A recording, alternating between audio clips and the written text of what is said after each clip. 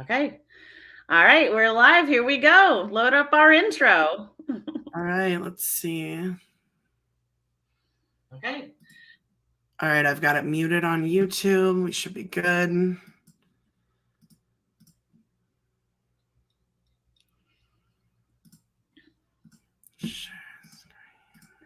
Friends, we're okay.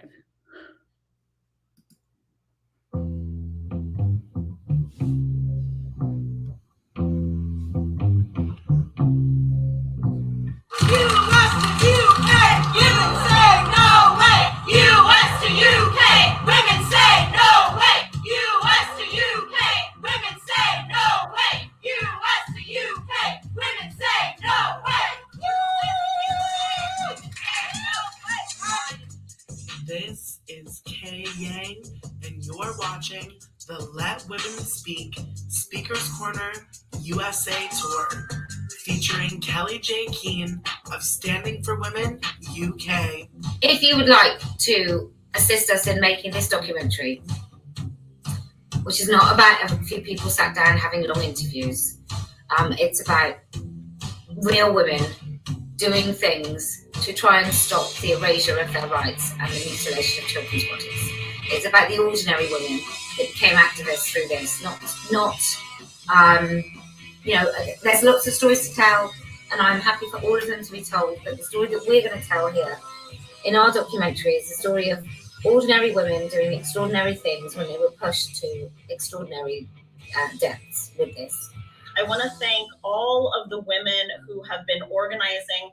Obviously, I have a big thank you to Kellie-Jay Keen. This is for her documentary that she is doing across the United States. These are all of the dates that are coming. If you can make it to one of these cities, please do your best to get there. This is an opportunity for all U.S. women to share their voices. This is a chance for us to really revitalize and give a strong foundation to the activism that we have already been doing. If you're in the USA, it is really easy to give towards this documentary to make your American women's voices heard, as well as those in the UK and Europe. This little bit of history and uprising belongs to the brave women and girls who were standing up against this absolute tyranny.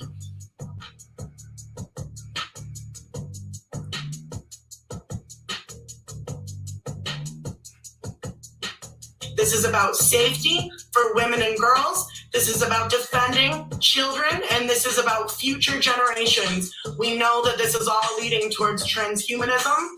This is leading towards a world of tighter top-down control and control of women and our reproductive systems and our biology. And we will continue to speak out against it. We will continue to name these things, and we will continue organizing across all of our political differences for our goals.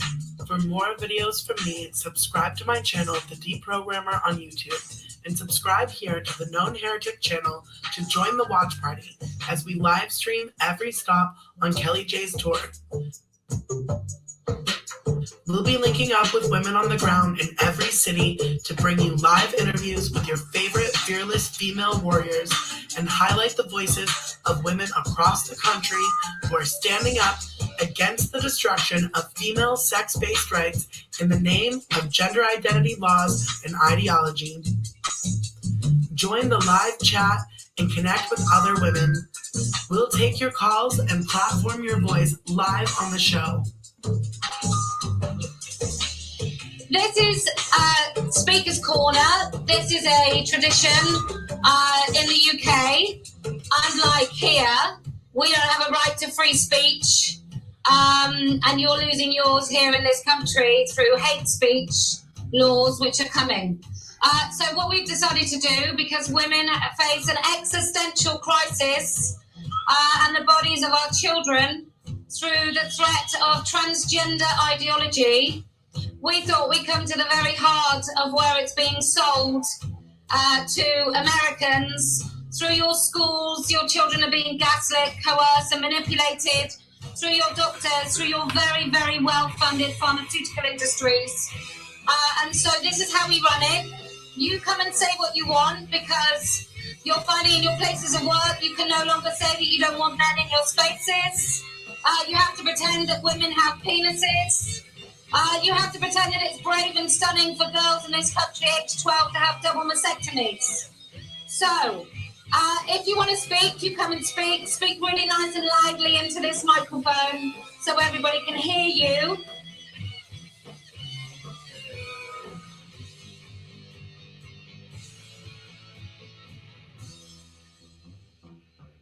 If not you, then who? If not now, then when?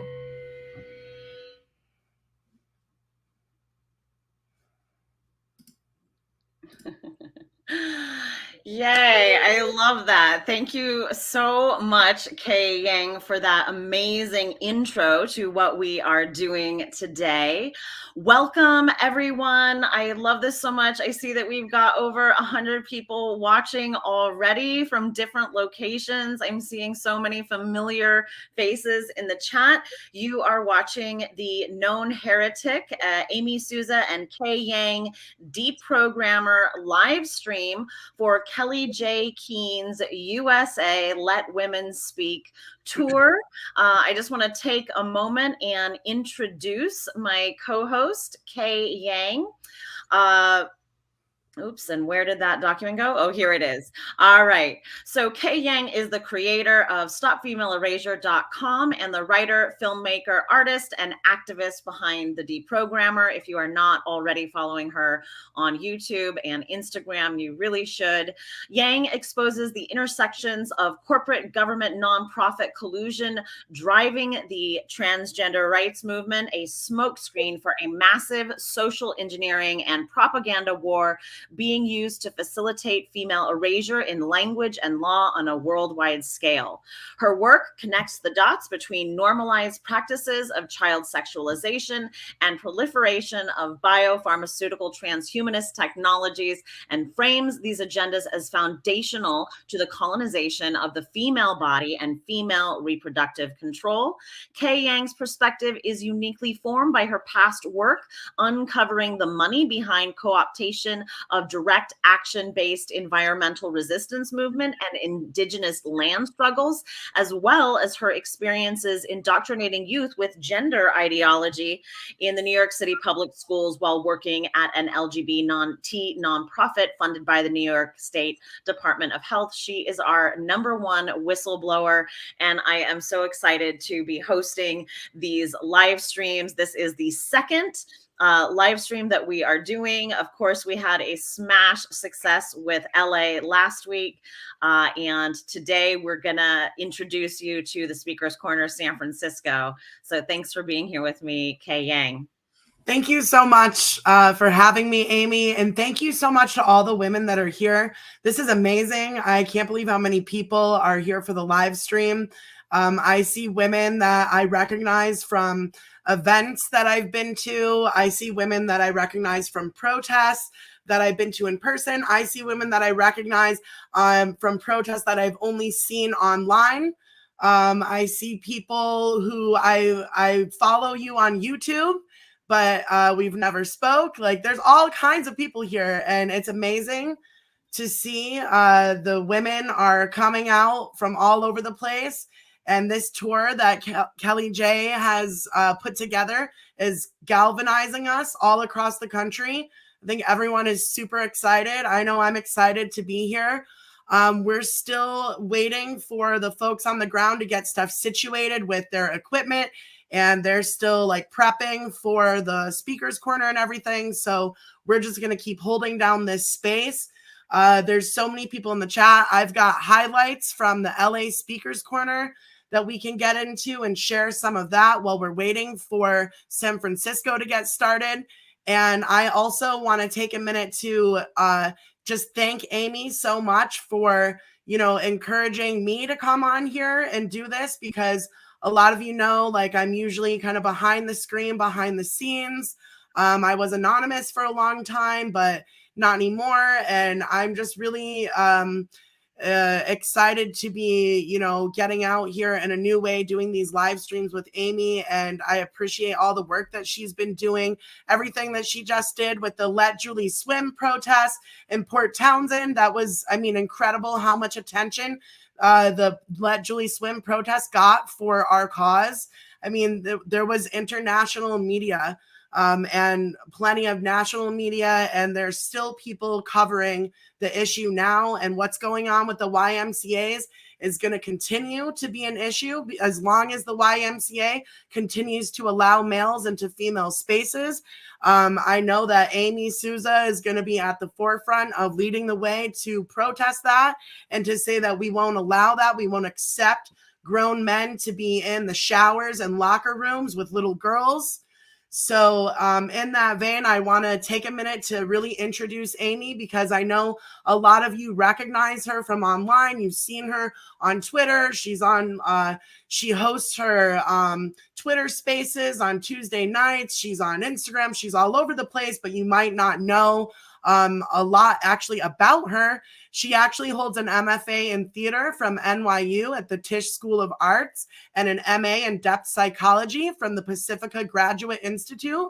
So she's very highly qualified. She's got 20 years of theater education and experience, 15 years in the New York City public school system, teaching peer mediation, conflict resolution, anger management, self-esteem building, and literacy using theater engagement. She's also served as the education director at a small regional theater in Washington State. Her graduate and postgraduate work focused on creative imagination and eco-psychology as a basis for building embodied awareness. We all know Amy is our go-to women when talking about embodiment. She's currently a women's rights activist, as you know, an incredible one. She's an educator. She's a facilitator. Her work focuses on embodiment, boundaries. She's so good at reminding us women to always hold our boundaries. This is a boundary violation movement. She also focuses on intuition, instincts, and sense perception as an internal authority building practice. And you all are probably already following her, but if you're not, you need to get on Twitter. You need to follow her at The Known Heretic, because she's on there constantly. I can't keep up. I'm not on Twitter very much, but she's on there all the time. I'm always going to her page when I want to know like what's going on in Twitter world. I start there. Obviously, she's here on YouTube. She's done all kinds of videos on here. She's interviewed incredible women, rights activists from all across the U.S. She's interviewed Kara Dansky. She's interviewed Jessica Gonzalez from Turf Collective. She's interviewed Jennifer Crone and Jeanette Cooper from PEC, all kinds of amazing women. So subscribe here to her YouTube channel for more interviews like that, for a class that she's doing that you can sign up for, and also so that you can keep getting these live streams for Kellie-Jay Keen's USA Speakers Corner Tour, because there are still 11 stops left on the tour, and we are going to be live streaming every single one of them. We are going to be chatting with you, interacting, engaging in the chat. We are going to be highlighting your comments. We want to hear from you. We've got a call-in number set up. Amy, you want to talk about the call-in a little bit? Yeah, so today what we have decided, we want to really stretch the capacity and potential of this free speech tour. So we know that as much as possible, we know that you women are going to show up in person to all of the different cities, but we know that there are so many women who maybe will not be able to make it. We know there are women who are watching overseas. So in order to help everyone have the chance to put in their voice during these free speech events, we are going to do a live call-in. So we'll post a number in a little bit, and we will be inviting women to participate and share their thoughts, because we really we had such a great time last week, and we just realized we want to do even more to make sure that we are platforming all kinds of women's voices and platforming women, even if you cannot afford to travel or make it to a city that is far away from you. You know, as we have continued to say, as Kay Yang and I will continue to say, this is the record of our dissent. These videos, when we share them, when we make them, you know, these live on and on and on. So this is our opportunity to speak up and speak out and say no and record that we do not consent to this. We do not consent. So in a little bit, we are going to be doing that. I know right now I just want to keep you updated with what is going on the ground.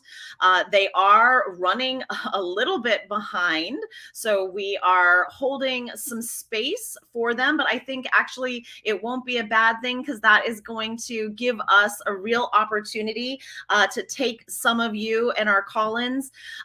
But Kat, do you want to give us some of the highlights from last week's event?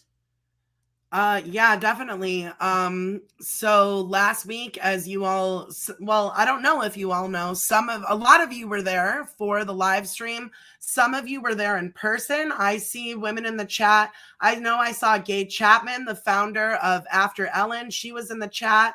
I think she's still here. She was one of the amazing women who spoke at the LA Speakers Corner, along with Belissa Cohen, LGBT activist. I think she may have been in the chat, or at least some Belissa was in the chat, if it wasn't Belissa Cohen. Amy Ichikawa was an amazing speaker, founder of Woman to Woman. She shared about her experience as an incarcerated woman. She spoke a little bit about what her and her team do to advocate for women who are on the inside. And she also was able to platform the voice of a woman who is actually incarcerated right now. She got the woman on the phone, and she got on the microphone, and she was able to be platformed at the LA Speakers Corner, at Kellie-Jay Keen's USA Speakers Corner tour, and live here for all of us. It was amazing. We even had actually one of the organizers to the We Spa event that happened. He was actually just walking by the Speakers Corner, and he stopped to say something as well.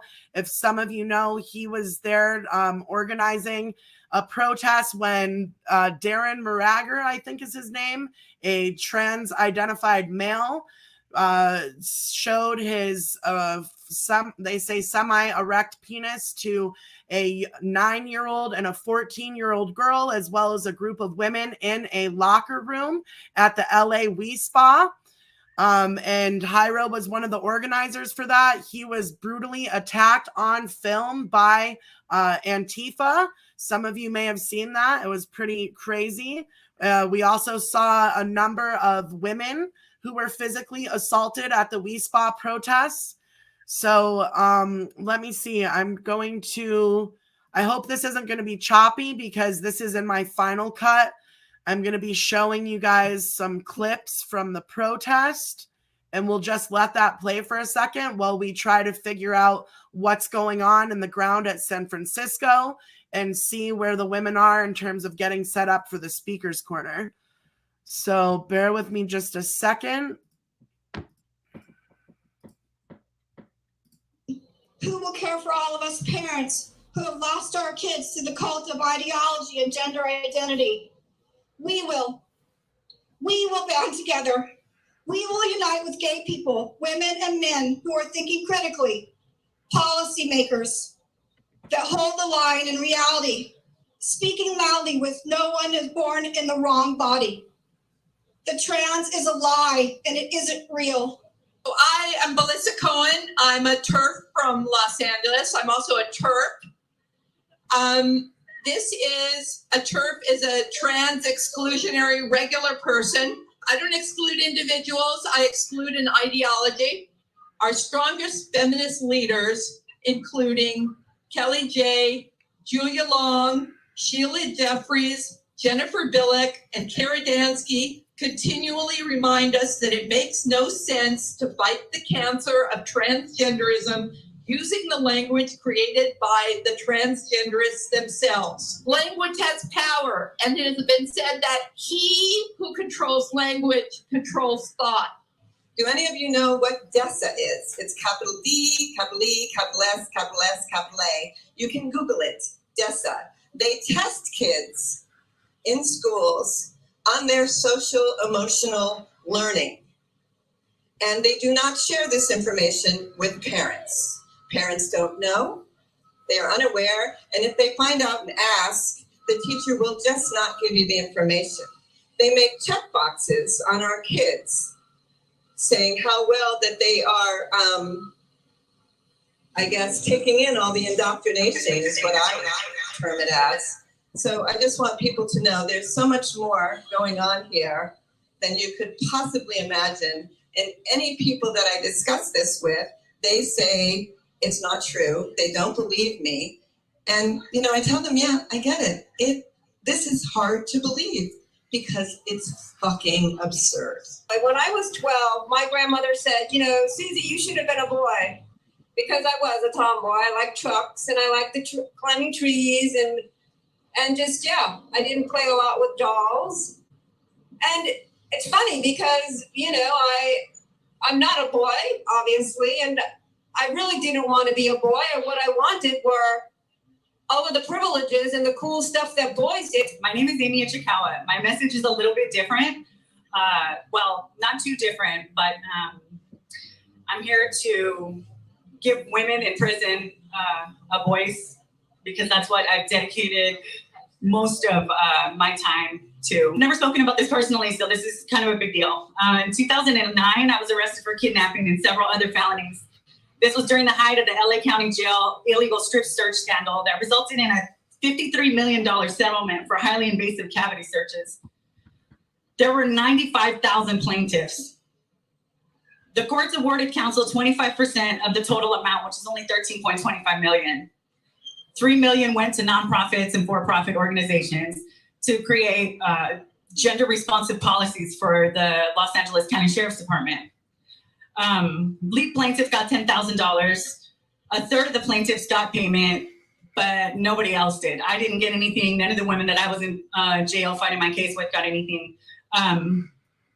But this is what would happen. So I was in high power because my father was an active duty sheriff, so I had to be segregated. So I would have to be strip searched when I would come out of high power, strip searched before I went to court, strip searched when I went to court, and then when I came back from court, myself as well as between 50 and 100 other women would get off of a bus.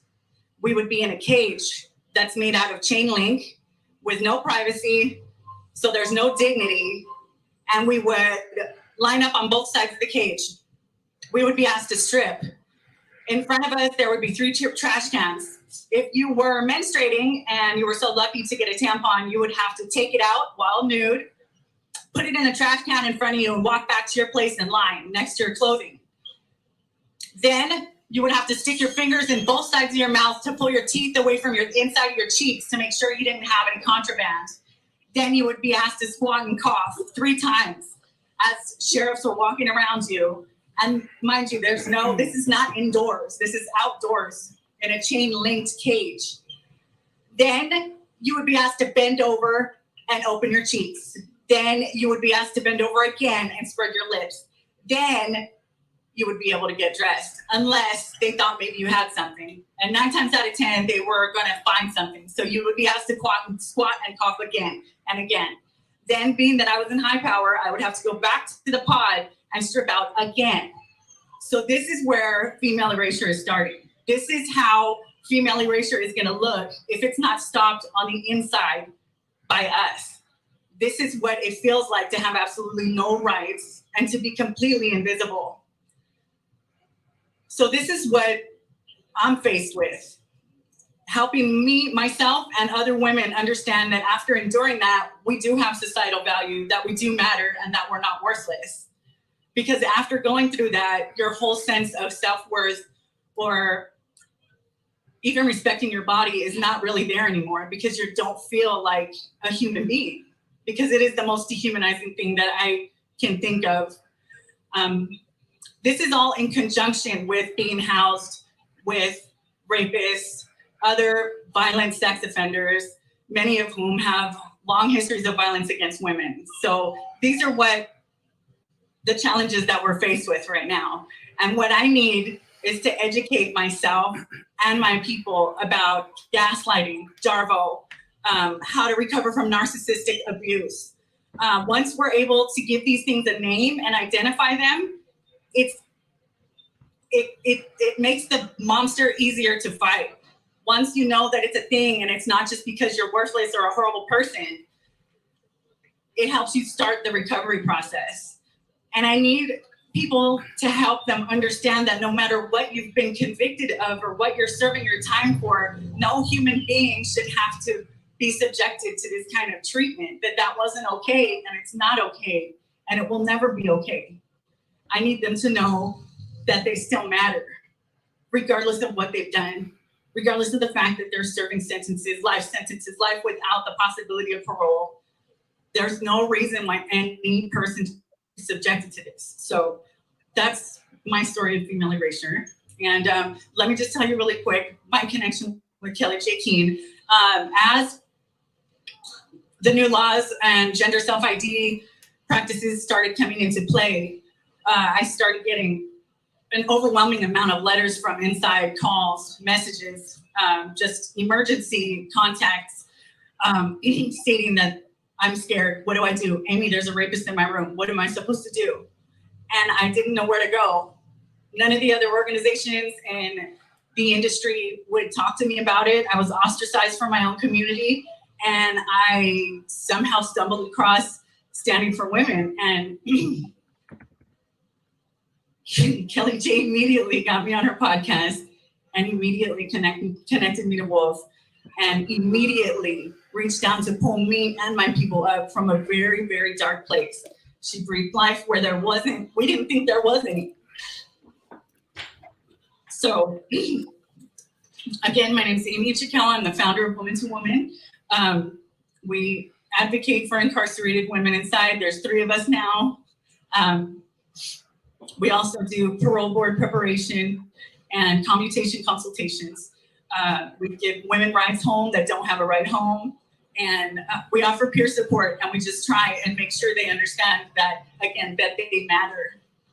So if you'd like to learn more about the organization, please check it out at www.womaniiwoman.org. Thank you. It's a very blessed. All right. Well, that was some great highlights from the event that we saw in LA. Thank you, Kay-Yang, for putting those together. We saw so many people there. So we are still waiting. We're still waiting to feed in the live stream from San Francisco. I keep getting reports that they are there. They are with Kellie-Jay Keen. Everyone is excited and in good spirits. But what I'm going to do since we are waiting is I'm going to put up in a banner the call-in number. Oh, wait, that is not the call-in number. Where is my call-in number? We're going to take some live calls while we are waiting for things to get started. This is an opportunity to hear from everyone, and so everyone gets a chance to speak. Yes, if you are just joining us, what was just airing were highlights from the LA Speakers Corner that happened the other day. That was not live. We are waiting to go live with the women on the ground in San Francisco. I saw there was an update from Judy, which, by the way, hi, Judy. It's awesome to see you here. Judy says there are no TRAs yet at the park, but some that look like they are lingering around. So I'm sure we got women on the ground that are scoping everything out, keeping everything in their eye. And, well, I wanted you to all know that what you were just listening to was a clip from Amy Ichikawa. She is the founder of Woman to Woman. She was incarcerated at the Central California Women's Facility in Chowchilla for 5 years.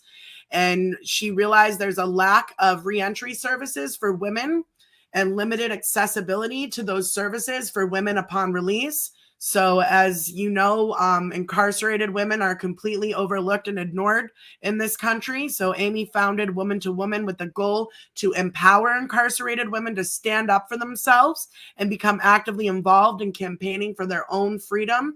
She is, to my knowledge, Woman to Woman is the only organization in the U.S. that does reentry services for women, who supports the sex-based rights for women and girls. Women to Women is the only organization that acknowledges the attack that's happening to females under the name of gender identity ideology and laws. So we support Amy and her crew at Woman to Woman. Please go to her website. You can find out how you can financially support them. And they also have a lawsuit going with Wolf. So you can go to Wolf's website and find all the information on what's going on with the court cases. And you can hear the stories from incarcerated women who are being forced to be locked into cages and cells with male rapists all day and pretend that these men are women. You also heard at the end of Amy's speech, Amy Ichikawa, she mentioned how Kellie-Jay Keen was the one who reached out to her and right away lifted her up, put Amy's voice onto her platform, got her message out to the world, and connected her with Wolf. So this is what we are all here for: women helping other women, supporting other women. And when we work together, when we put our differences aside and we see all the different wonderful ways that we are all diverse and have different things to bring to the table, when we can work together, powerful things like that happen.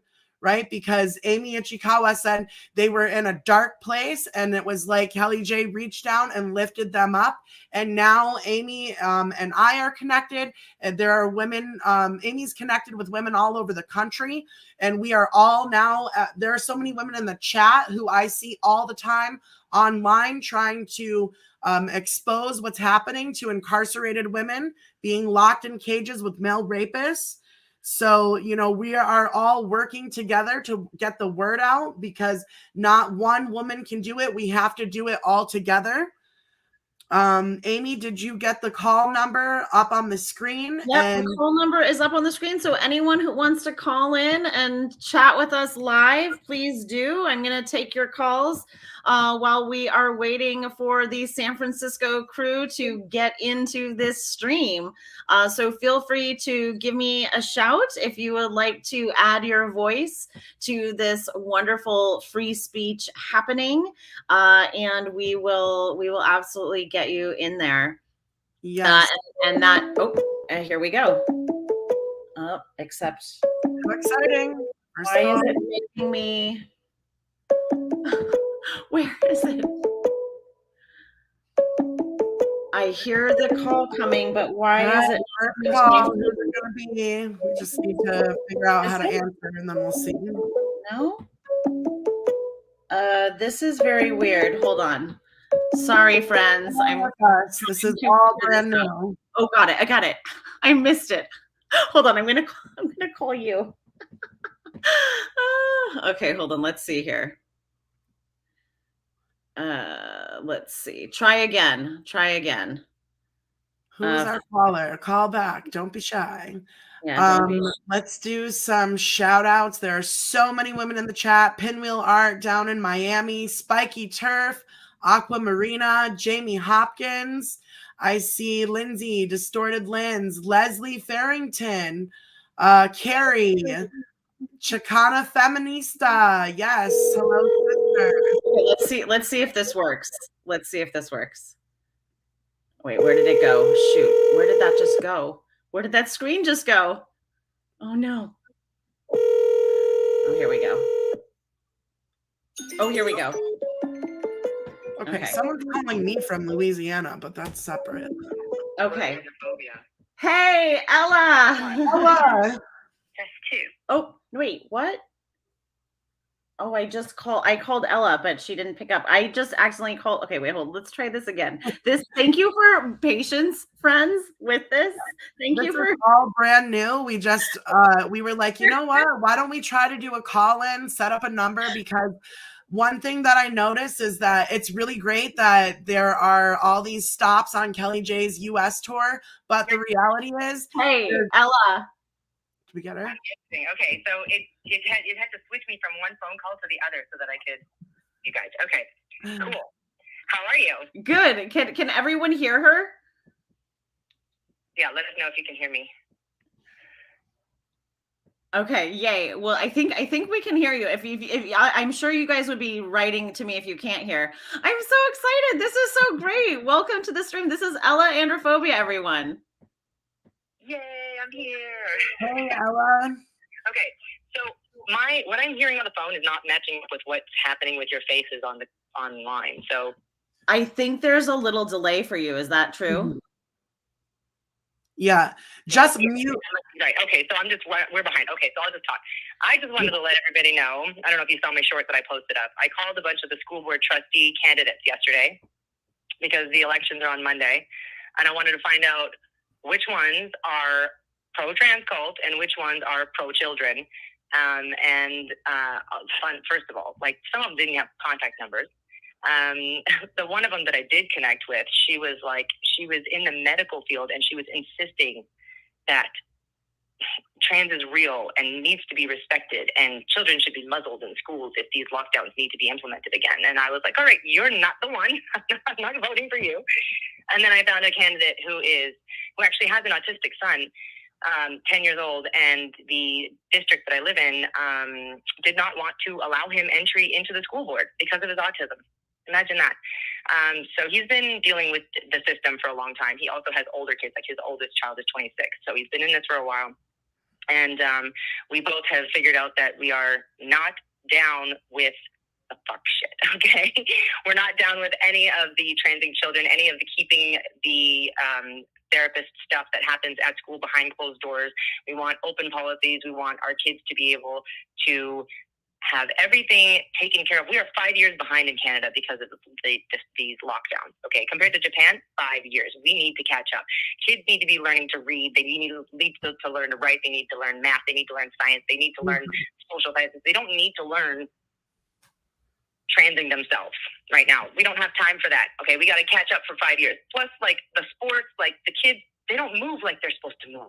They don't respond like they're supposed to respond. They don't understand the way kids have come to understand, because all the young ones who have been locked up for the last 2 years, like we need to get them caught up, right? And so I found a candidate and we spoke for like at length yesterday. I sent him a bazillion links and he was so thankful. And then I went out and I was flyering with him this morning because, I mean, we have to do everything that we can to protect our kids. And this is a step for me. So that's what I did. Oh, kia ora mana wahine korero. I think I tried to say it right. I love it. You're seeing the chat go by. Wow, that is, I mean, that is just incredible.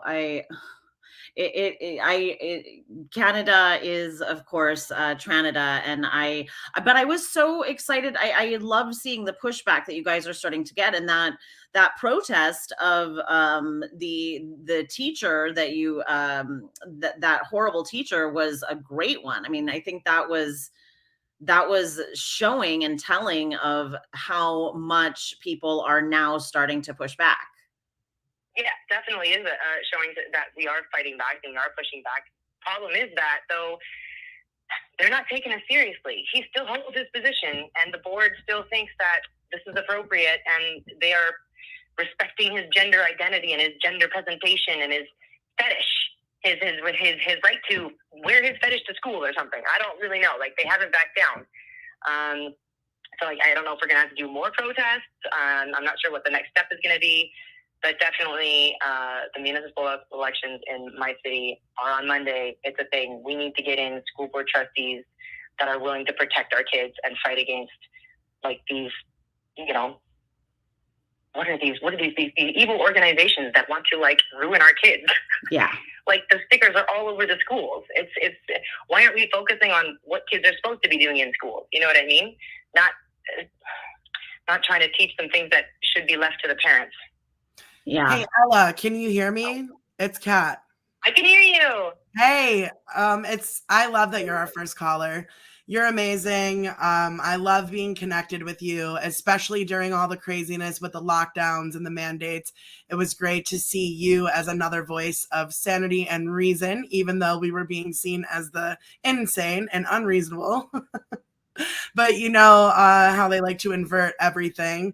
I want to ask you, because I see you as someone who's been like a grassroots leader in this movement. And I want to ask you if you could talk a little bit about how you got involved in all this. And if you could specifically speak to like how you just kind of just do things. You know, you're not waiting for anyone to tell you what to do, or you're not waiting to be asked. You're just like going out there and you're doing something all the time. And I want to know if you can speak a little bit about that. Is she still there? Okay, yeah, so, sorry. This is getting, it's coming in on my phone and on my computer. Sorry, friends. Oh, sorry. Do you want to take another call? I can call back later. No, Ella, before we move to the next call, I want you to real quick just speak to the women who are listening about how, because I see you as a leader in this movement, a grassroots leader, and I see how you've just really taken initiative to just get stuff done. You don't wait for anybody to ask you. You don't, wait to be told. You just go out and do stuff, and I think that's so powerful. Can you speak a little bit about that and encourage women out there on how they can just like get involved on their own? Yeah, definitely. Okay, so I guess let's go back to Peak Trans was I guess 2016 or so. I don't know if you guys know who. Hey, I have to interrupt you, Ella. I'm so sorry, Ella.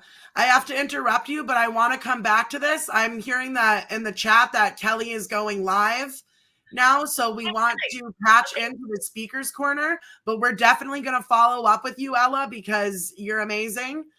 And thank you all women who are here listening. We're about to patch in Kellie-Jay Keen speaking now down in San Francisco. All right. Are you adding her from your end? No, can you? How do I do that? Hold on, let me see. Amy's got this.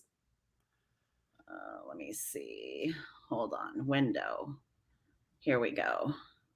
All right. We're going to get her in there, and hold on. Let me get that up. Yes, Beatrix says, over to you, Kellie-Jay. Okay, hold on. I need to unmute her. Hold on. Today she's got white on. It is women first. It's I don't say who we are anymore. We can't even say what we are anymore. And in California, why this is so Scottish about the whole thing, but it really does seem to sexual rights above everything else. And I mean everything else. So you can talk for however long you want, whatever you want to say. I believe this is a country that apparently Scott Wiener's office has just told us they don't like TERFs. There's a man walking a couple of cats. Anyway, would like to talk. If you'd like to say who you are, why you're here, that would be great. If you don't have to. So welcome everybody.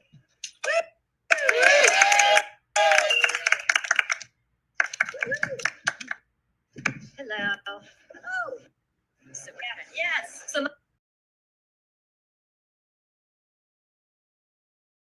what's going on, Amy? There's Lear. We can't hear her. Waiting to get audio on Lear. Oh no. You can't hear? On behalf of women in prison. Hold on. In all its wisdom. Now I can hear her and I can't see her. There she is. Declare themselves women's prison. This men have done. Hundreds of them have decided they are women, and they want you to imagine being locked in a 10 by 10 cell. 8 women per room. You have a shared toilet and an open shower. You have no privacy. It's in. And now a man is put in your cell. And pretending to be women is that they retain male patterns of criminality. In other words, nothing else changes. The same violent crimes, the same sexual crimes. And in prison who are pretending to be women, as many as half.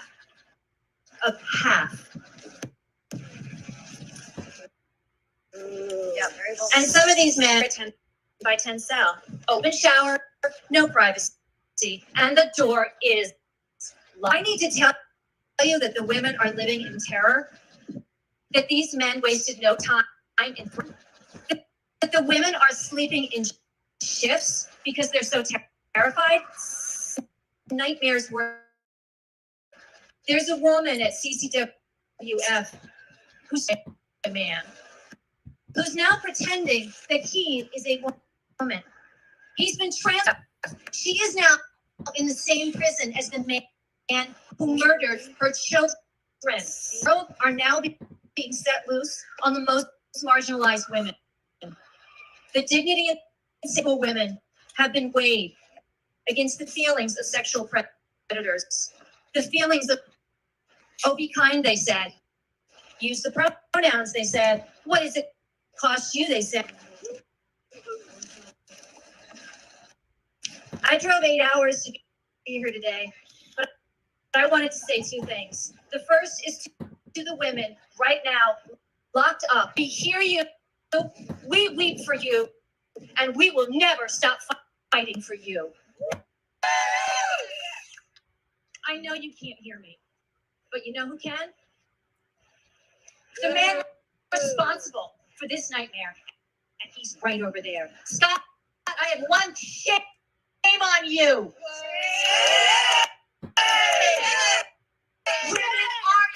Rapists! Your sadism is unspeakable. Do women even, or are we really just a costume that men can choose to wear? Well, I'm not a costume female, and I'm here for my sisters and my freedom, and I'm not leaving until it's done. Thank you very much. Tuning in on the live stream behind us, the senator for Hell on Earth is California. When it comes to women's rights, I'm pretty sure it's not so great to be a woman or a child in this state. He's hosting, I think it's called a grooming session. Carving session, which is to groom children into adult sexuality via drag. And some people will think that sounds a little hyperbole, but that's maybe he's doing it because he's stupid and incompetent, or maybe he's doing it with really bad intentions. But there are people that are gleeful with bad intentions into adult sexuality via drag. So it doesn't really matter what his intentions are. He's gifting children to some people with bad intentions. And that's what he's doing with this woman face wearing parody sexualizing that is drag. And that's what he's doing when he welcomes children from all over the country, life-altering surgeries and hormones. So that's why we're here. Scott Wiener, with the carving session. Who else would like to talk? Yes. Okay. Really close if you can. Can you all hear me okay? Yes. So, in honor of Kellie-Jay's upcoming visit with Kamala Harris in Seattle, I'll introduce myself in the style of our first female vice president. Actually, my name is Allie Snyder. I am a woman. I am a mother. Because I refuse to tell other people how to speak about me. I am wearing ever created to protect the rights of women and children. I am Cisco in the formerly great state of California, and I aim to turf it. I want to start my church talk on the subject now. Seems like a small thing at first. An easy way to show with mental distress. Pronouns, because compliance in this compelled speech is mandatory and not at all up to individual preference. When we respect someone's pronouns, the demands being made of us are incredibly serious and lead to some very dark places. To participate in this practice is to accept a new cult-like faith based on feelings, outdated stereotypes, delusions, dysphoria, and often homophobia.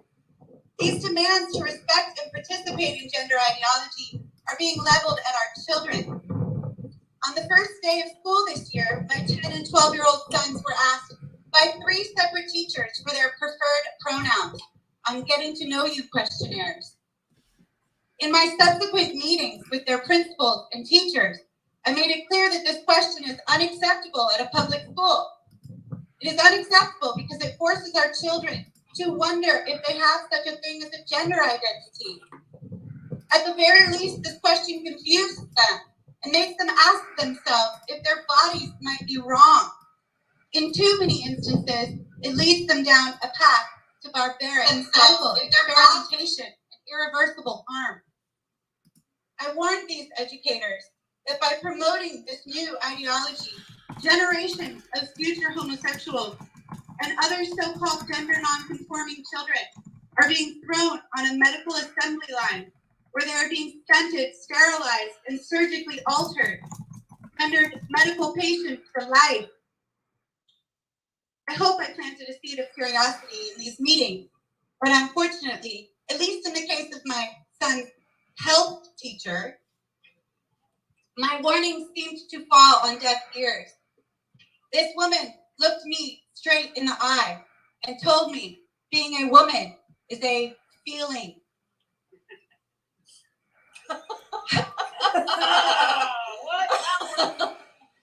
A true believer committed to teaching her students California's newly mandated family life curriculum, where children learn all about identities like agender, genderqueer, pangender, and many more that are so real and valid, she couldn't even remember what they were during the meeting. Good thing she's teaching it, right? Unsurprisingly, my son is no longer in this handmaiden class.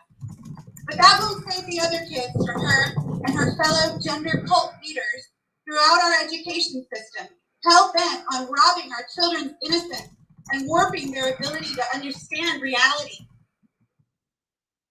So, as we see these demanded pronouns appear more and more often on surveys, online profiles, email signatures, and employee name badges, we must resist regardless of the consequences. I lost my job because when I shared my concerns regarding gender ideology, someone felt hurt, sad, and uncomfortable. I refused to stay silent on the subject, so I was let go. I don't blame my former employer, though. They have the livelihoods of thousands of people hinging on their compliance with California employment law. Instead, I blame corrupt policymakers like Scott Wiener and Governor Gavin Newsom, who so smugly signed away our First Amendment rights to freedom of and from religion. They signed away women's rights to single-sex spaces based on biological sex. And they signed away the future health and well-being of our children. Thanks to these policymakers, the state now says a certain type of person's feelings trump objective reality.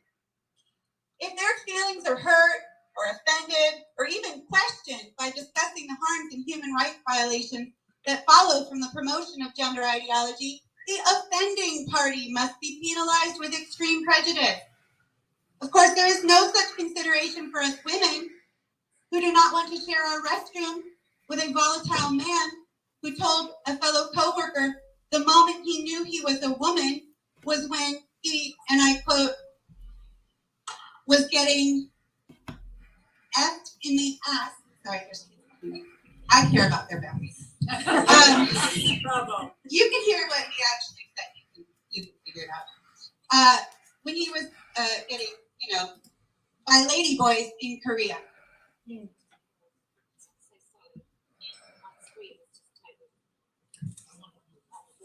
Hold that more. Filibuster.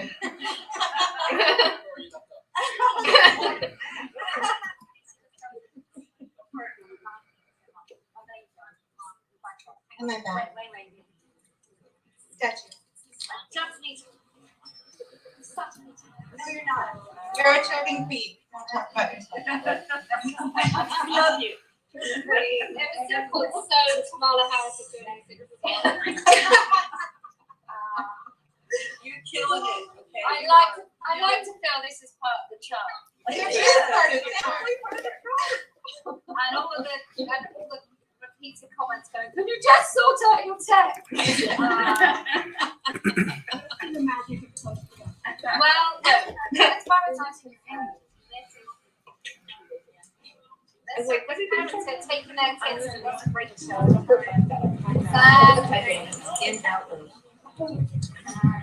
If it's the guy, you look great.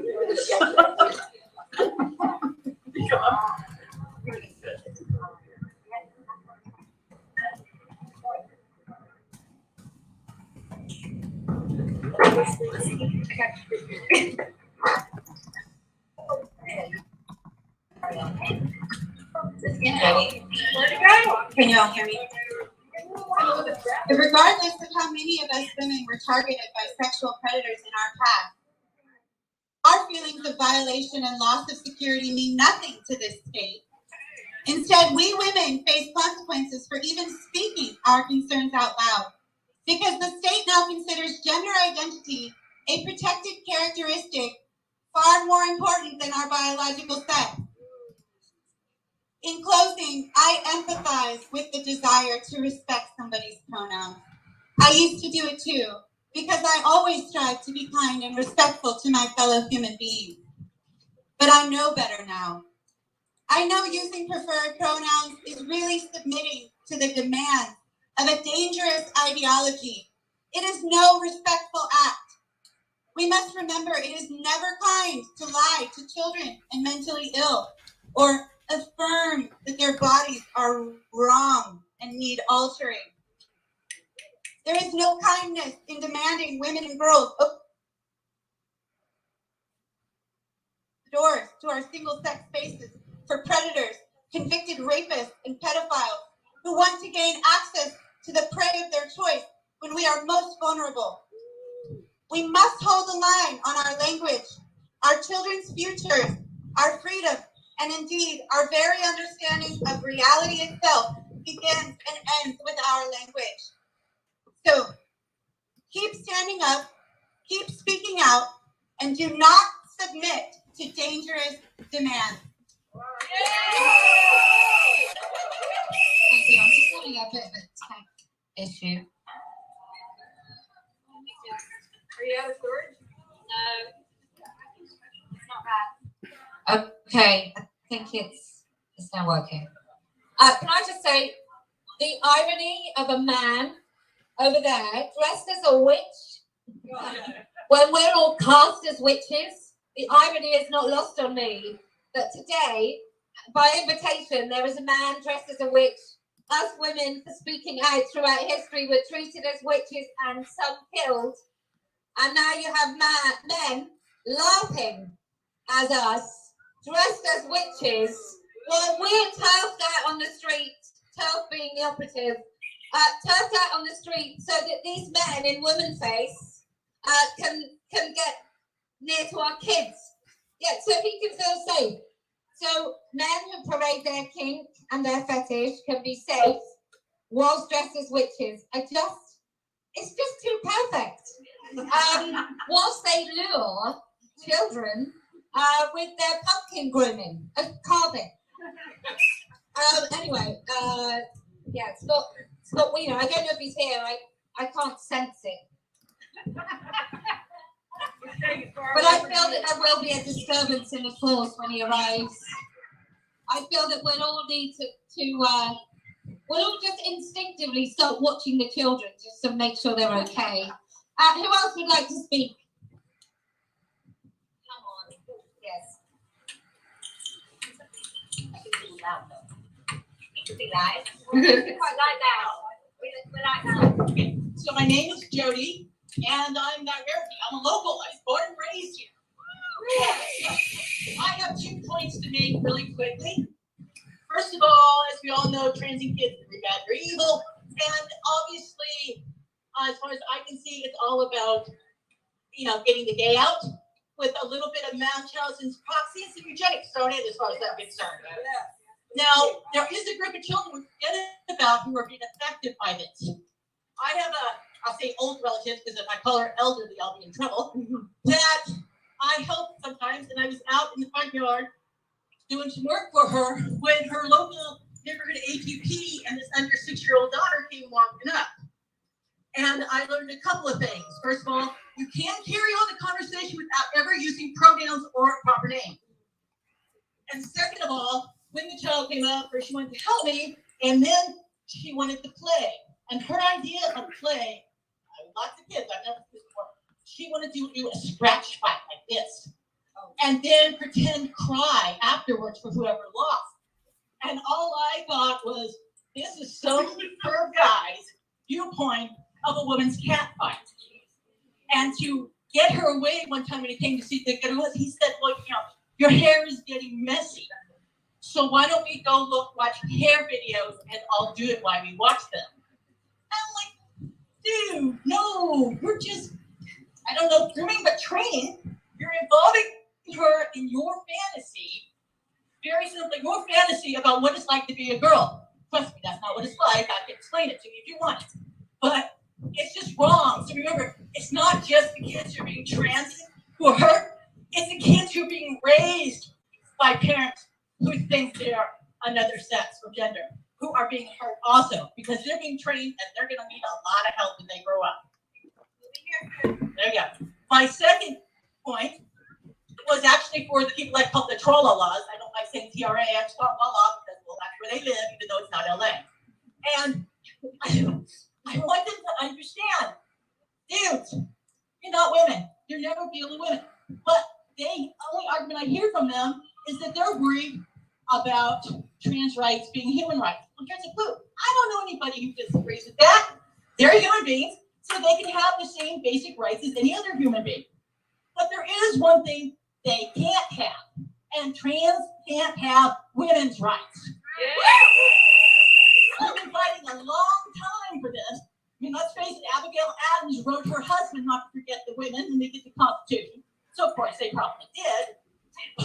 Took us almost 150 years to get the vote, let alone Title IX 50 years later, and of course the ERA still hasn't passed. These are ours. They've been fought for. They have been a lot of hassle. People gone to jail. People died for our rights. They're not yours. Just hands off. And if you don't understand basic biology from high school, if you didn't pass, let me explain it to you. There's a very famous T-shirt out there that explains what a woman is. There's 3 things you need to be a woman. You need to be human. Okay, we already decided you're human. That's okay. Then we have to be an adult. I'm not saying maturity. I'm just saying old enough to go for whatever you want to do. That's fine. I'll give you being an adult. But the final thing, you got to be female, and you are and never will be female. But please learn that. Which means stay out of women's prisons, stay out of women's shelters, stay out of women's rooms, stay out of anything that says women on it. It says women or it says female on it. You are not invited. It's that simple. Yeah. For God's sake, stay out of anything that has children in it. Because then you won't be a TRA, you'll just be a perm. And if you can't understand that, be the damn sure. Women's spaces are female places, and you don't qualify.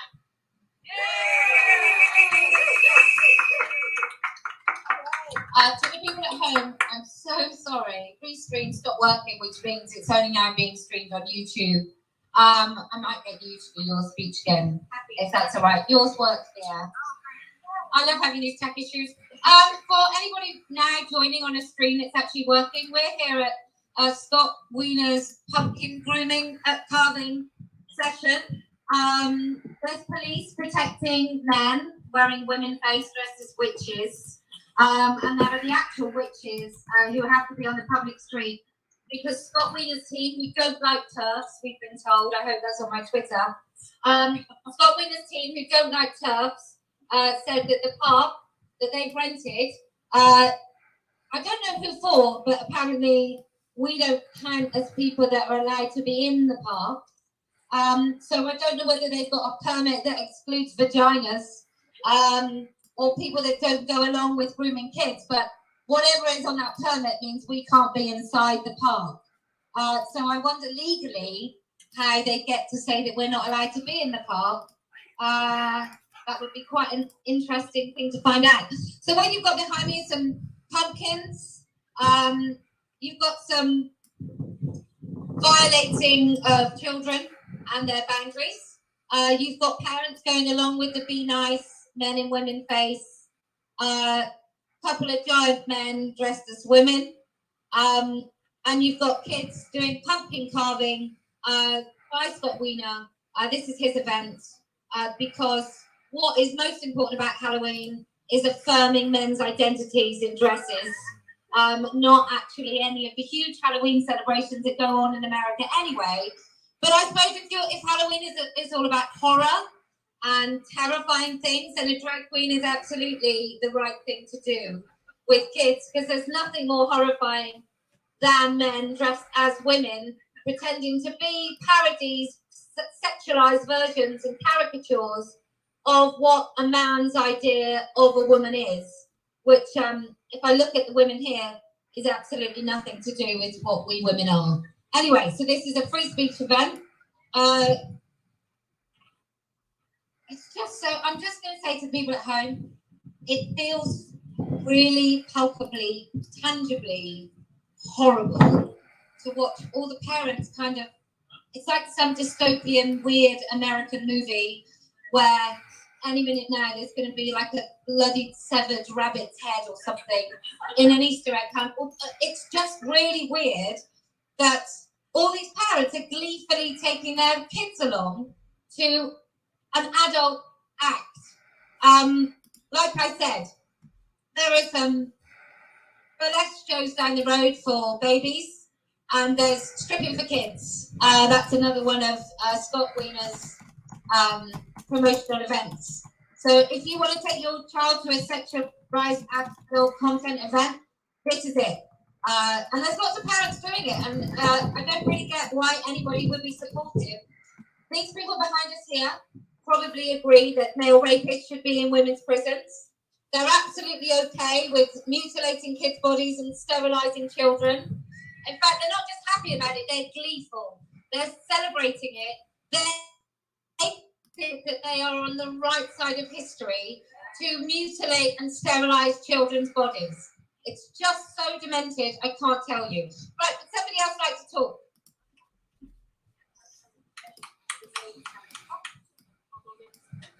Female socialization in action.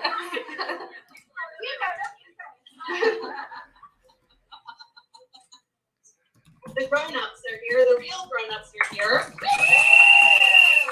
I'm a registered Democrat in California, and I'm a mother.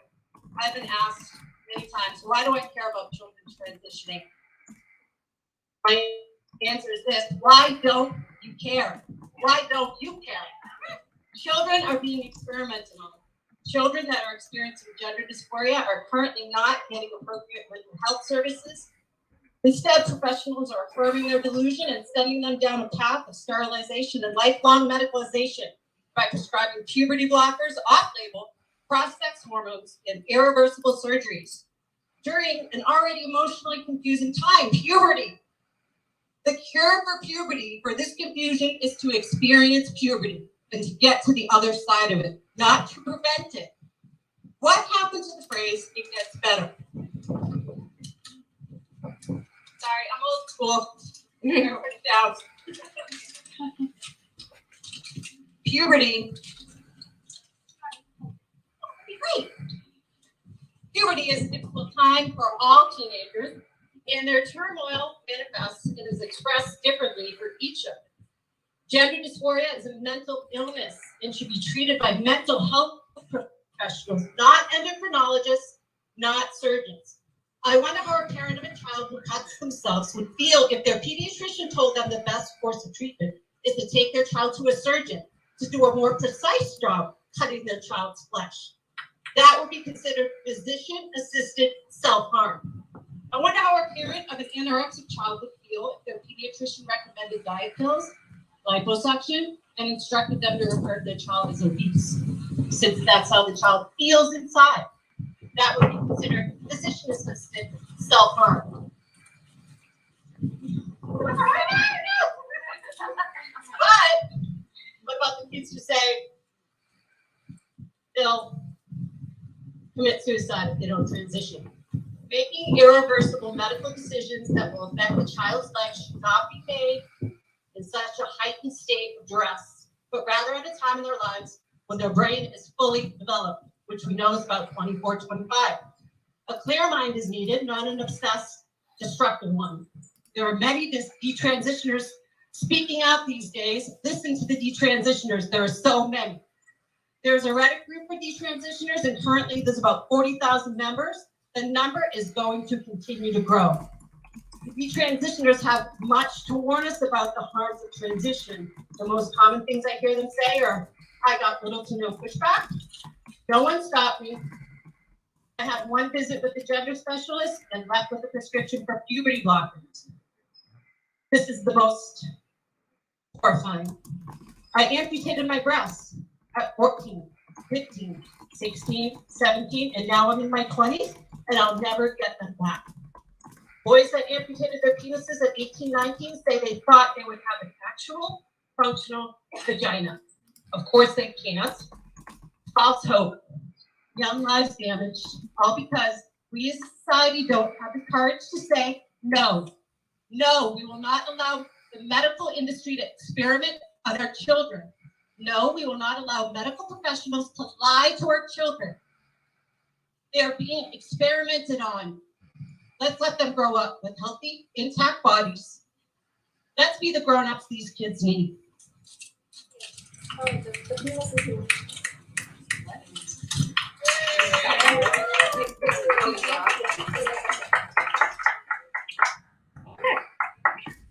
It's really great that the wiener sign keeps drooping. It's particularly humorous for me. I think we ought to. There's a little bit of me that feels just for a moment we should just do this. To Scott Wiener, we know that you like putting male rapists into women's prisons. I'm really astounded that anyone thinks that's okay to put men into women's prisons. But this guy just put his thumb down in the green. I think he enjoys the idea of women getting raped in women's prisons. Do you? Do you? Also, these people think transitioning kids is okay. They work for a man that actively promotes the sterilization and mutilation of children's bodies. I don't know how much you're getting paid, but your soul can't be worth that much.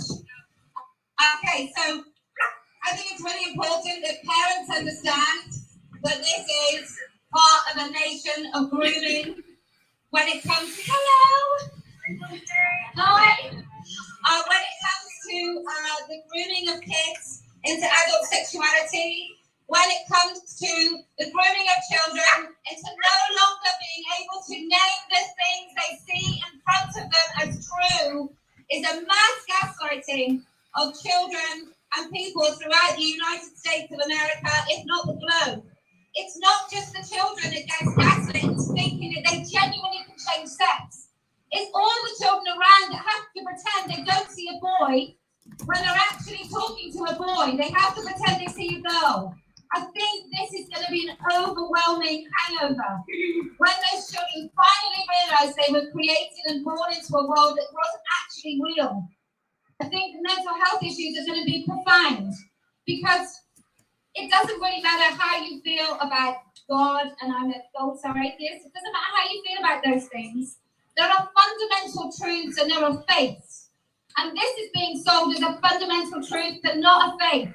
At least religions have the honesty to say that this is something they believe, not something that is actually true for everybody. And they don't try and force it on you, even if they knock on your door with a Bible.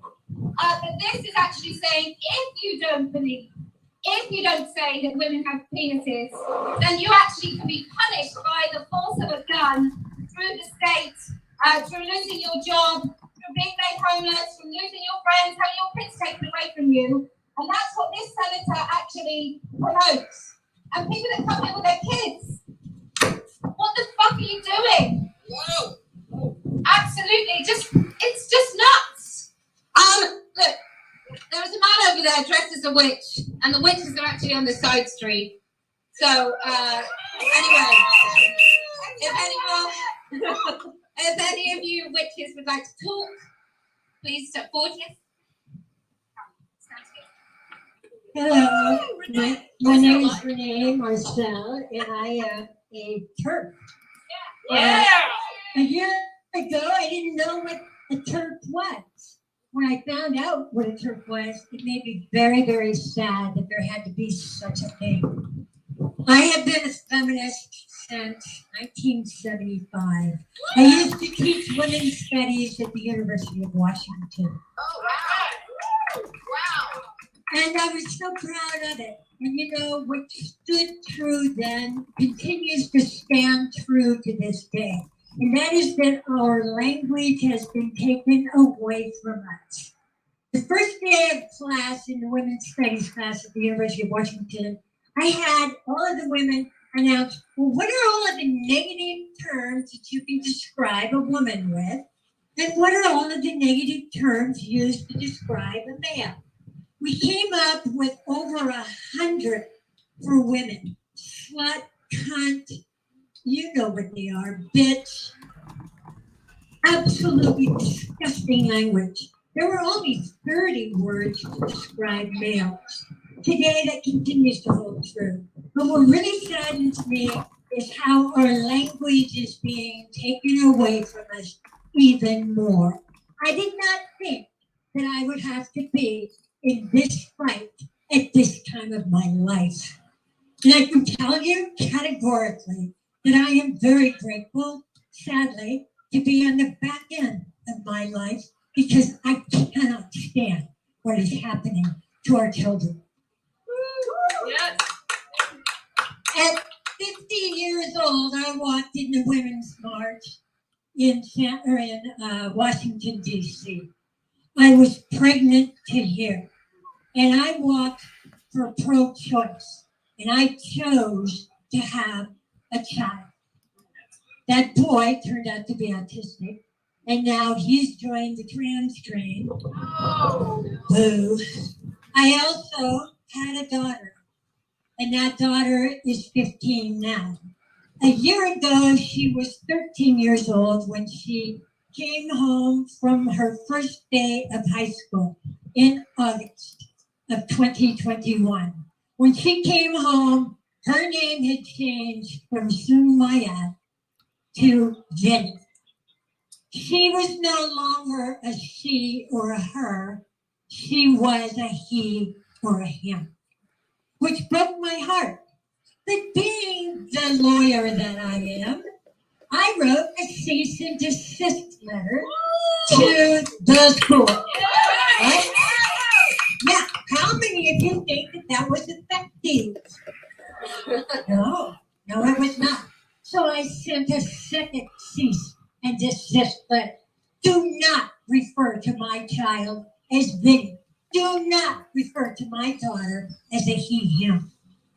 To date, I am getting letters from the school, transcripts from the school, describing my daughter as a he and describing her as Vinny and I have absolutely no say. And it is not okay. Now, I have been a card-carrying Democrat since 1971. And you know what? I gave up my card-carrying creds. I gave those up because that party no longer represents me. Woo! Sadly, the left, which I always thought I was a part of, has also left me.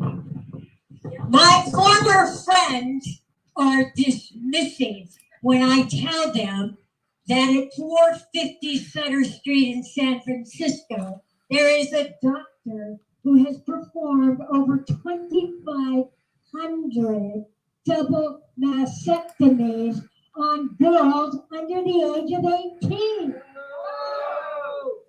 And what did they say to me? I was told by a former Democratic pal of mine that that was a mere right-wing talking point. The truth became a right-wing talking point, and I have been dismissed by all my former friends. I have been dismissed. I am alone until I found you. And thank you. Thank you so much. Oh God, it's far-reaching, isn't it? It's fine. Okay. Thank you so much. Thank you. Right, who else would like to speak? Yes. Got to hold it nice and close.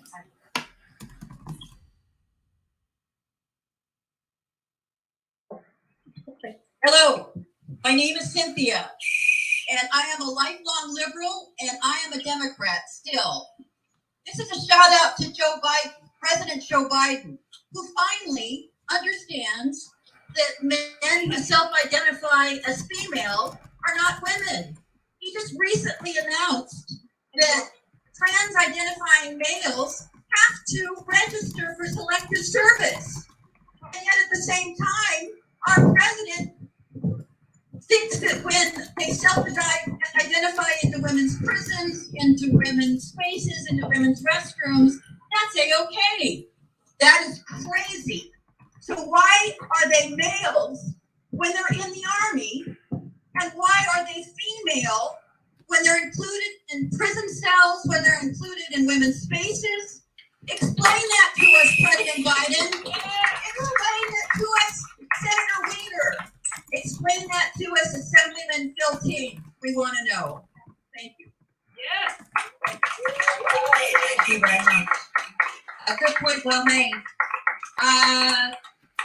So is it Rachel Levine talking about really promoting a bit more the whole sterilization of children? And I just want to say to he must be called Dave. I don't know what his real name is. Chad, Dave. I don't know. Levine. Richard, is it Levine or Levine? Dick Levine. Dick Levine. To Dick Levine. Let me just say, we know that you want to use the bodies of children to defend yourself against accusations of being a fetishist. We know that's what you're all doing. And you are perfect to help peak trans so many more Americans. So in a funny way, I wonder if you're just all being really badly trolled by, I think him and Dylan have sort of linked up together to peak trans the entire United States. Because Rachel, Dick, whatever his name is, couldn't be more of a perfect example of a man wearing woman face if we tried. I think he's even better than Caitlyn Jenner. So that was tricky. Kat, would you like to speak?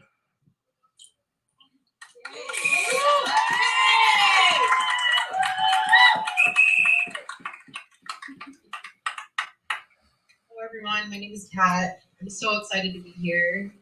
I'll get into it in a moment, but Kellie-Jay really changed my life, the trajectory of my life anyway, surrounding my transition. I'm a detransitioner. So I once identified as a man, I began taking testosterone to masculinize my body in what I thought was becoming matched with my male gender identity. And I started believing this ideology at age 13. I was very vulnerable. I had an eating disorder. I had ADHD and possibly undiagnosed autism. And I felt very uncomfortable in my body. And I stumbled across an online forum for FTM trans people. And this was an easily accessible website. And so children could easily access this. And as soon as I read about gender dysphoria, I thought, that's what I have. That's why I hate my body so much. And that ideology, starting to believe that manhood and womanhood were feelings rather than biological reality, that caused me to suffer for the next 15 years because I believed the lies. I believed that if I had gender dysphoria and I didn't transition, that I was likely to commit suicide. And given that I already suffered from a severe eating disorder, depression, and other mental health issues, I really thought I was hopeless if I continued as a woman. But I was also a professional singer, semi-professional singer, and so it took me a long time to decide to transition because my livelihood was also in jeopardy and just my art and my love for singing. So I did end up starting the testosterone, and within months I suffered severe side effects. And before I continue with my story, sorry, I'm kind of winging it today, but so today it's very different. So when I was 13, this was in the mid 2000s, right? And back then, yes, there were some fringe online communities with this radical ideology, but it was not mainstream like it is today. Today it is being taught in schools. It's being promoted by politicians. Kids are not only taught that it's natural to reject your biological sex and seek surgery, but that it's fine for men in fetish gear to perform in front of children. And when I went to testify in front of Senator Wiener about my story, he told me it's not happening. So what I told Senator Wiener on that day was that I called Planned Parenthood, and I thought there would be some kind of evaluation process to go through to get my testosterone, start my transition. Instead, I was prescribed within 30 minutes. This was during COVID. I was prescribed over the phone, and I was able to pick up my prescription the same day. They obviously did not look into my medical history. They did not see any of my comorbid mental health conditions, or if they did, they didn't care. So when I told Senator Wiener this, he told me this wasn't happening, gaslit me, as well as the other detransitioners who can corroborate my story. So this is the kind of culture in the United States that I'm dealing with children. So I can't even imagine being 13, reading this stuff online, and then being affirmed by my teachers, my doctors, the President of the United States. But even so, I did continue on to medically transition as an adult. And within months, I started suffering from severe health side effects, but it was really losing my singing voice. That was, for me, that was the key to just having a kernel of doubt growing in my mind. I also watched several other trans-identified individuals in my life who were close to me start having side effects as well. They started to suffer from worsening mental health issues, worsening physical health issues. And I just started to question it. I thought, you know what, maybe I should listen to a different opinion. Finally, I was ready to do that because I had been told that anyone who went against the ideology in any way, even to say children shouldn't transition, or women shouldn't be defined as a feeling. Even anyone who questioned the ideology remotely was just described as a hateful Nazi bigot.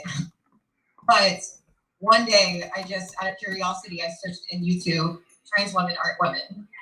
And the first video that popped up was titled exactly that, and it was an interview with Kellie-Jay Keen from Trigonometry. Kelly, that interview changed my life. It absolutely did. I want to commend you for your bravery to speak the truth. And that is what I needed to hear. I just needed to hear the truth. I just needed to hear someone that wasn't afraid of being canceled or the consequences that come for speaking the truth, because I think the more people we can just get to hear it, they'll realize that this is a side of truth and logic. This ideology it's not scientifically accurate, it's not logical, it cannot be sustained, and it is so very, very harmful. So I'm just so grateful to be here today. Thank you to everyone who came out, and of course, thank you, Kellie-Jay, for being here. Also, Excelente was another YouTuber that came across after Kellie-Jay, so I want to thank her as well. Thank you so much. I just think it's profoundly just terrifying that just saying a woman is an adult. I'm very tired. But just saying that a woman is an adult human female, or let's stop mutilating kids, has become a remarkable thing to say.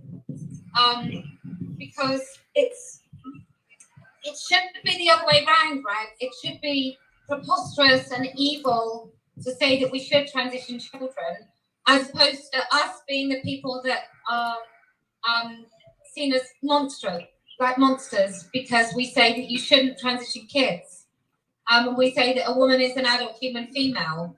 And I'm so delighted that you're here, Kat, and all the women across the country that have realised that transition is a lie. It's a complete and utter lie. But how just devastating is it that that anybody thinks transitioning kids is not serious harmful abuse? How you can stand there and disagree? Sterilising children is repulsive. Absolutely repulsive. Who on earth is anyone defending it? I just don't even understand. Sterilising children is repulsive and abusive. I'm really sorry that I just have stand here and let you say these things. Why? It's a third country. There's a lady here saying she can't let us say these things. Okay. Why do you think sterilising children is okay? Why do you think sterilising children is okay? So you think they still have fertility after puberty blockers? Do you think they have their fertility after puberty blockers? Do you think, answer the question, do you think they have no? That's why you're indefensible. You think sterilising children is okay. Puberty blockers sterilise children. Puberty blockers sterilise children. Puberty blockers sterilise children.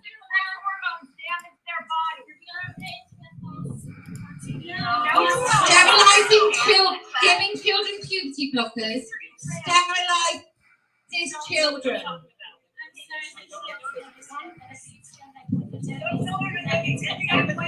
Okay, it's more negative to sterilize children and mutilate their healthy bodies.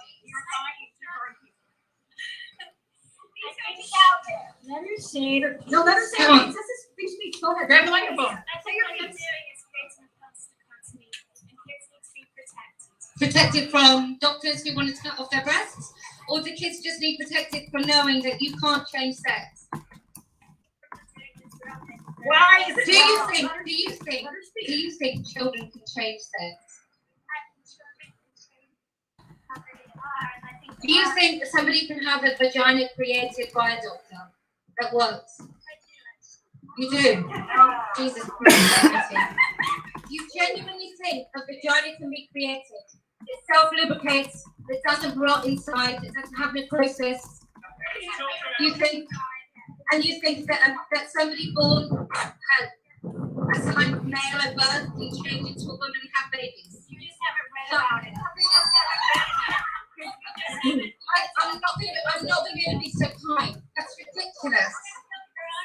There's a lady here telling us we're wrong who genuinely thinks that somebody born male can be converted into a woman with a working vagina and have babies. Okay, so can we continue to speak now? I think it's really hateful to lie to children and vulnerable people like yourself and say that it's possible to change sex. It isn't. Nothing. You can. Okay. Could I? Right? Give you an extra arm, and you think that would work perfectly the same as your other arm?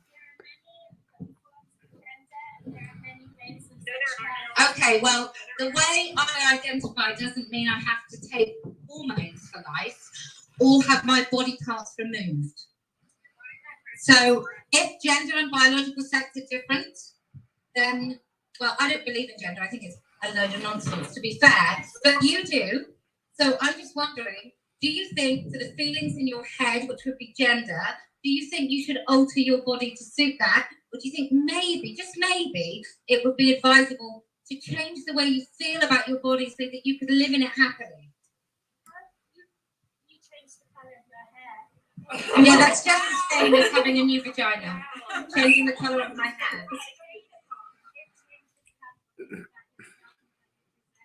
Yeah, but it's not going to cause necrosis. It's not going to make me infertile by having blonde hair.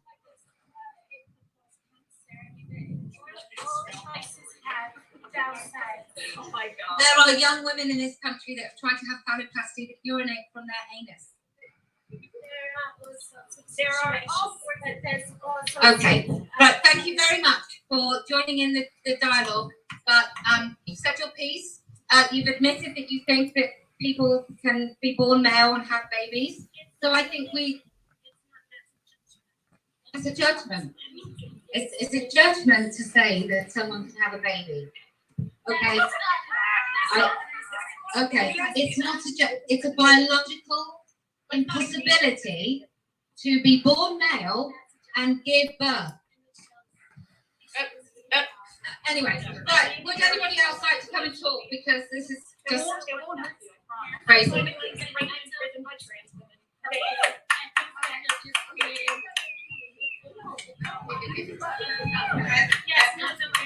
you step back next to the door in the paper? We'll get past the news. So if you either stand that way or that way. As a mental health professional, He's going to stand here and professional, those of you that are speaking out. I'm going to eat the microphone. They told me to put it this way. So I'm a mental health professional. One of the few that are speaking out. And unfortunately, there are a lot of people that agree with me and agree with all of us that it's silent. And one of the main reasons is because of that asshole.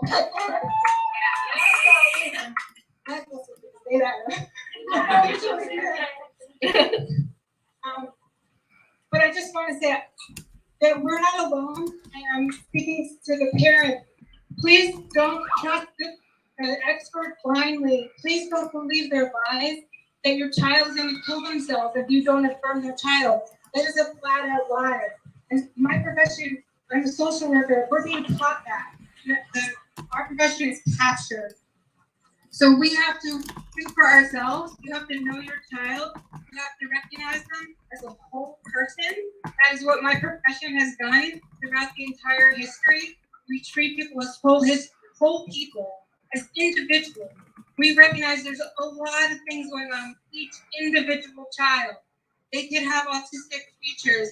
They could be afraid of their own gay identity. There could be so many reasons. And we need to look at those things and not instantly affirm a child. We don't instantly affirm anything else. So please, I just beg everybody to recognize that we're being lied to every single day. Every time we see a sign that says protect trans children, every time we see a sign that says that someone's going to kill themselves if we don't affirm, lies, lies, lies, lies, lies, lies, lies. That man lies. He does not care about your children.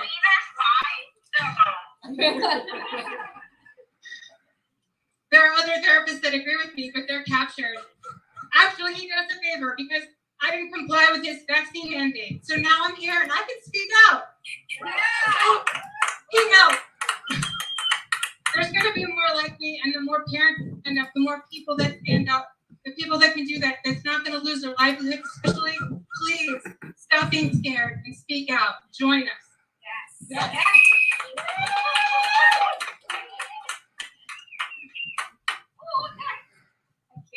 Okay, who else would like to speak? Yes. Great t-shirt. It's not one of mine, but it is great. A few years ago, probably close to 10 years ago, I received a phone call from my sister, who's 3 years younger than me, 32, and she told me trans. And I told her, you do you. Because at that time, I had no idea what was going on. I was in graduate school a few years later, and my friend said, did you know that in women's shelters, men can go in if they believe they're women? And I said, no, that's bullshit. There's no way. And then I looked into it. And then I jokingly texted my sister who had transitioned, I think that might be her. Because I don't believe that trans women should be in women's shelters. You know, they've been raped. Like, that doesn't make sense.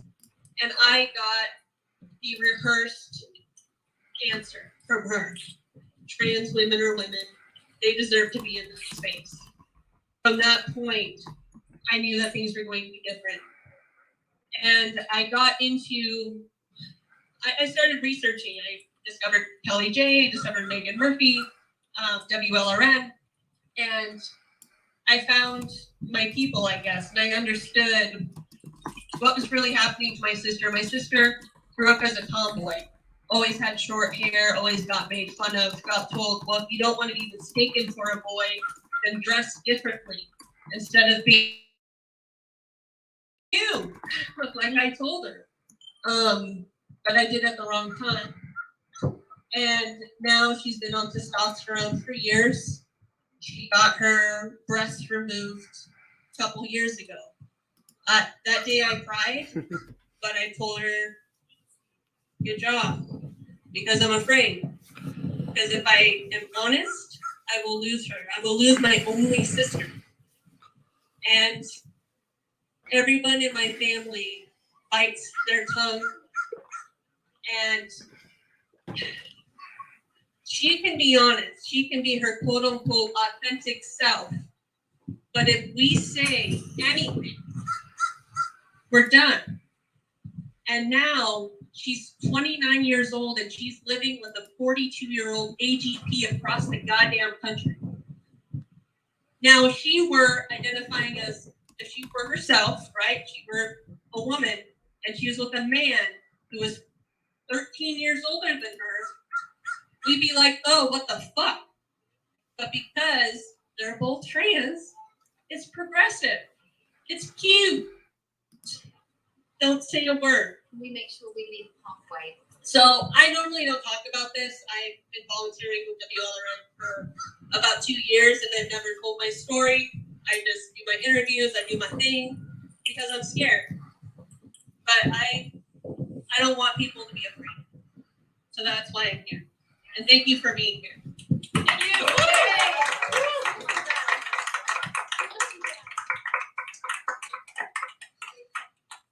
Okay. Oh, it's awful. I mean, look, I come here as somebody who's just saying no to this and hopefully inspiring more women, inspiring, oh, so modest. Hopefully enabling other people to be able to also say no. But lurking behind all this are the broken bodies of the people we love, if not ourselves, and people being gaslit. And like, this is a big drama thing, like Scott Wiener's grooming pumpkins. That's one thing that we can all sort of point at and say, gosh, isn't that terrible? But really, we had a caller in LA who's serving a long sentence, a very long sentence in a prison, where she is now sharing a cell with a man that's inside for raping women. We have probably 20 miles from here, we have somebody happily, gleefully slicing off the breast of a teenage girl who says she's a boy, who probably won't even say she's a boy in about 5 years' time, when she realizes that she's just been gaslit and coerced into thinking breasts are somehow so significant that she had to hide them, bind them, cut them off. I mean, there is a war on women, and it's no more illustrated by the war on our bodies and our breasts. It's so weird. In the same state as they will slice off breasts, they will condemn you for breastfeeding in public. They will criticize and chastise women, maybe politicians who show a little bit of cleavage, and at the same time they will celebrate men with fake breasts. I mean, we are in the UK now, we have a man seriously trying to be a politician who wears fake breasts. I mean, it's like something from a 1980s bad comedy. It's so weird. I feel like running against him and wearing a pair of fake breasts myself, and every week when I talk to him, making them a little bit bigger until they're absolutely like comically enormous. I think that's the only way we can do it. We have to send this up and make it as ludicrous as it really is. There's a man called Wiener. And that man called Wiener with a droopy Wiener sign, just there, he is promoting adult sexualized acts, drag queens, to children, and there are loads of parents who are bona fide idiots bringing their children to come and carve pumpkins with a man wearing woman face dressed as a witch. It's absolutely staggering. What's my problem with that?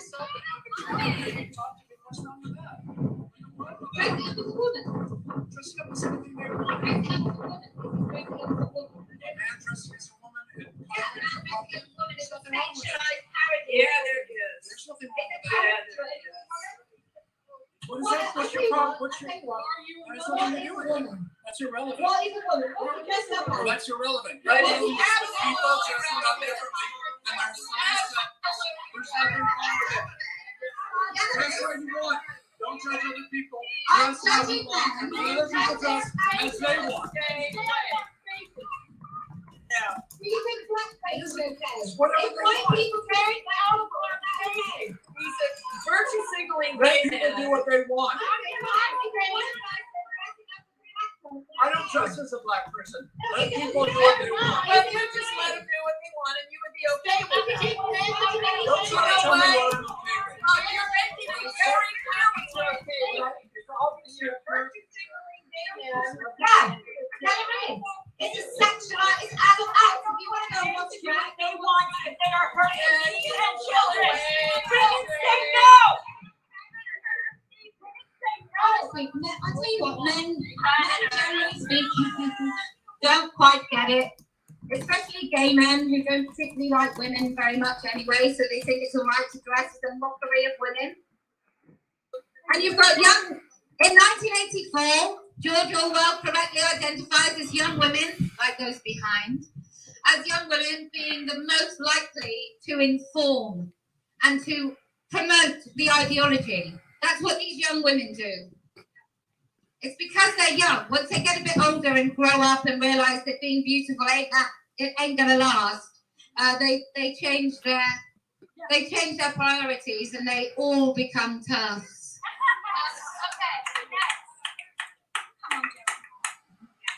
Nobody's heard of this woman.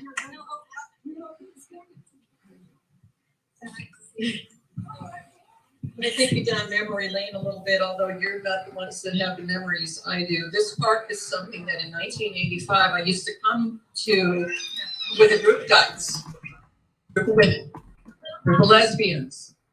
We used to hang out in this park. We also hung out in Dolores Park, which is another section of the city here. Are there any San Francisco lesbians around my age? I'm in my late 60s at this point. I have been fighting this trans culture over 40 years. That doesn't give me some kind of credibility, then I beg of you to start doing the deep dive, because this is ground zero. It came after lesbians first. When I say they, this is a decades-long campaign. For anybody that says, I don't know why this is going on, you should know by now. If you've never heard of Jennifer Billick, the 11th Hour blog, her motto is capitalism, stupid. That is exactly what's happening. UCSF, which is very close to here, That's who started cutting off the breasts of my brethren.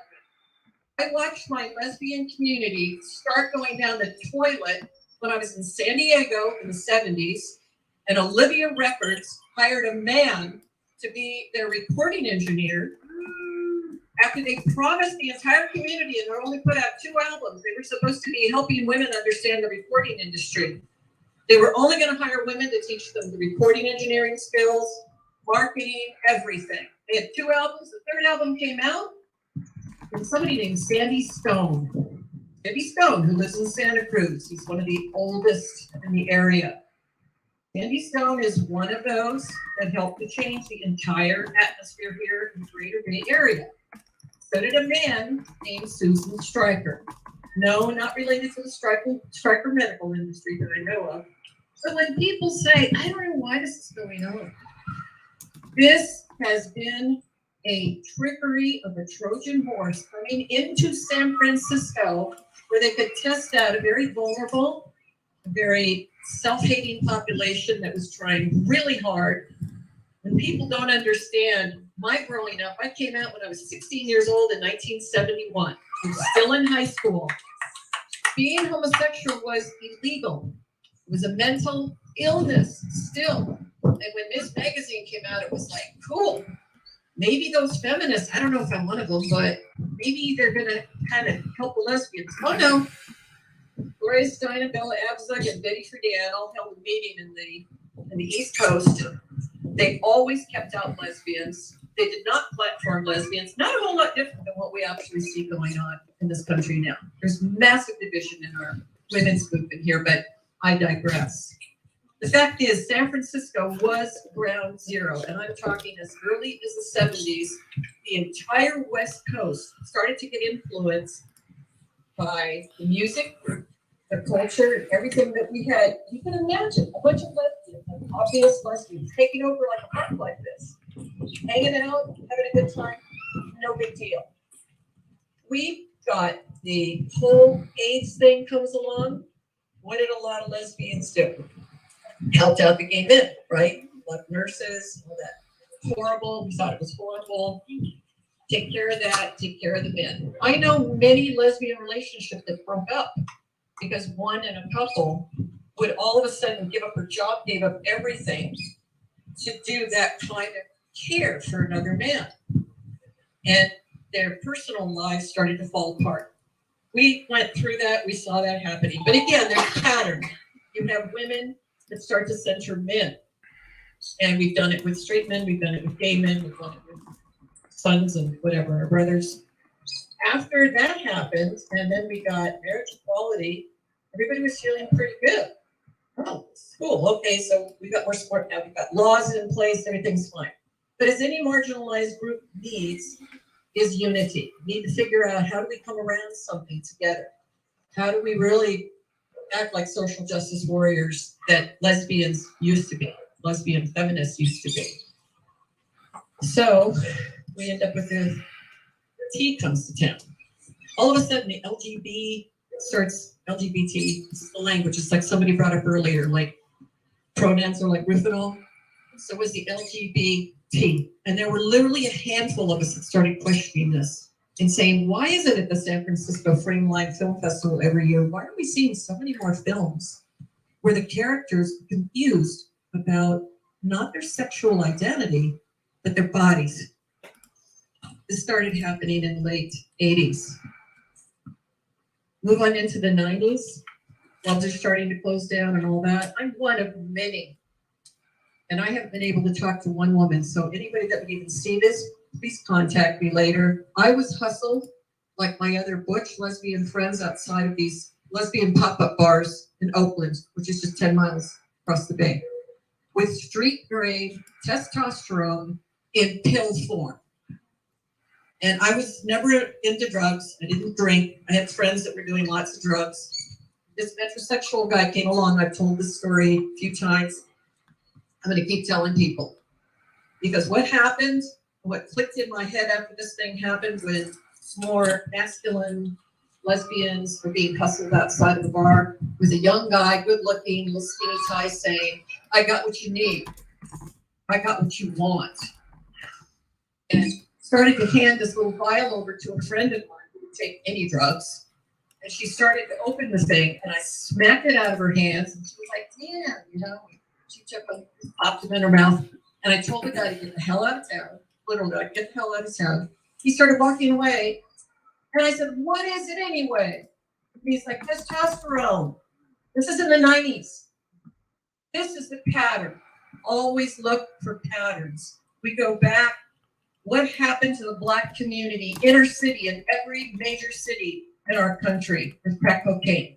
At first, it was free, and it was $5, and it was whatever. And what did we see? Devastation. Here, right here in San Francisco, over in Oakland, I really saw it. You get big pharma behind anything, they look for target populations that are vulnerable. This did not happen overnight. They did not start teaching kids overnight that there are 100 genders. You didn't have the gingerbread person overnight. This stuff started with a lot of lesbians who started to have their breasts lopped off for $8,000 a pop at UCSF and started taking the street grade, unregulated testosterone, losing their hair. I was like 27 years old, and they were like people that I knew. They couldn't wait to have facial hair. They couldn't wait to be called Mike, Bob, or whatever. This became a social contagion, and there's a particular person who I don't want to name because I hate giving her any credit, who came in around 1996, 95, 96, and started prancing her muscles and her leather, and she was flanked with gay guys all around her, and she was into gay porn. She used to be a lesbian, bisexual, good-looking woman, and now she's trampon. We talk about grooming, and when we talk about what's going on with us as a community of either you want to call yourself gender critical, or that you're pro-reality, that's what I prefer to use. It involves men as well. I've been working with parents for over 2 years now. We have to look at, if you think that there's such a thing as a trans child, that means you believe there's some other kind of thing going on chemically with human beings. And don't even buy into the intersex stuff. That's a red herring. You're male, female. There's boys, there's girls, there's men, there's women. That's it. We're gay, we're lesbian, we're bisexual. That's kind of it. What else do you do, and do your stuff behind closed doors or with good friends? None of my business as long as it's legal. And now what's legal, we have to question. Because this is legal. This, Mr. Wiener, why, Mr. Wiener? Why is SB 107 now made us a trans sanctuary, which is going to cripple? It's going to cripple the foster care system. It's going to break down more families. It's going to make more parents lose their children as they go to jail because they refuse to start calling their child some other something that the kids don't even know what they're being called. This stuff is pornography, and a lot of parents don't want to figure it out, and they don't want to think about it. Their kids got addicted to pornography. The work of the Gender Mapping Project is probably one of the most significant things. If you haven't heard of it, follow gendermapper.org. The 11th hour blog, Jennifer Billick has been writing and studying and researching about this stuff since 2013. This is money. Everything is money. And I am one of those dinosaurs that's been in this Greater Bay Area fighting this for over 40 years. And I thought I was a man. Think that. I was a lesbian separatist for 13 years. Still thought I was a guy. This is the way that social contagions can work. Take people, twist stuff in your head. This is ground zero. Again, San Francisco, it went to LA.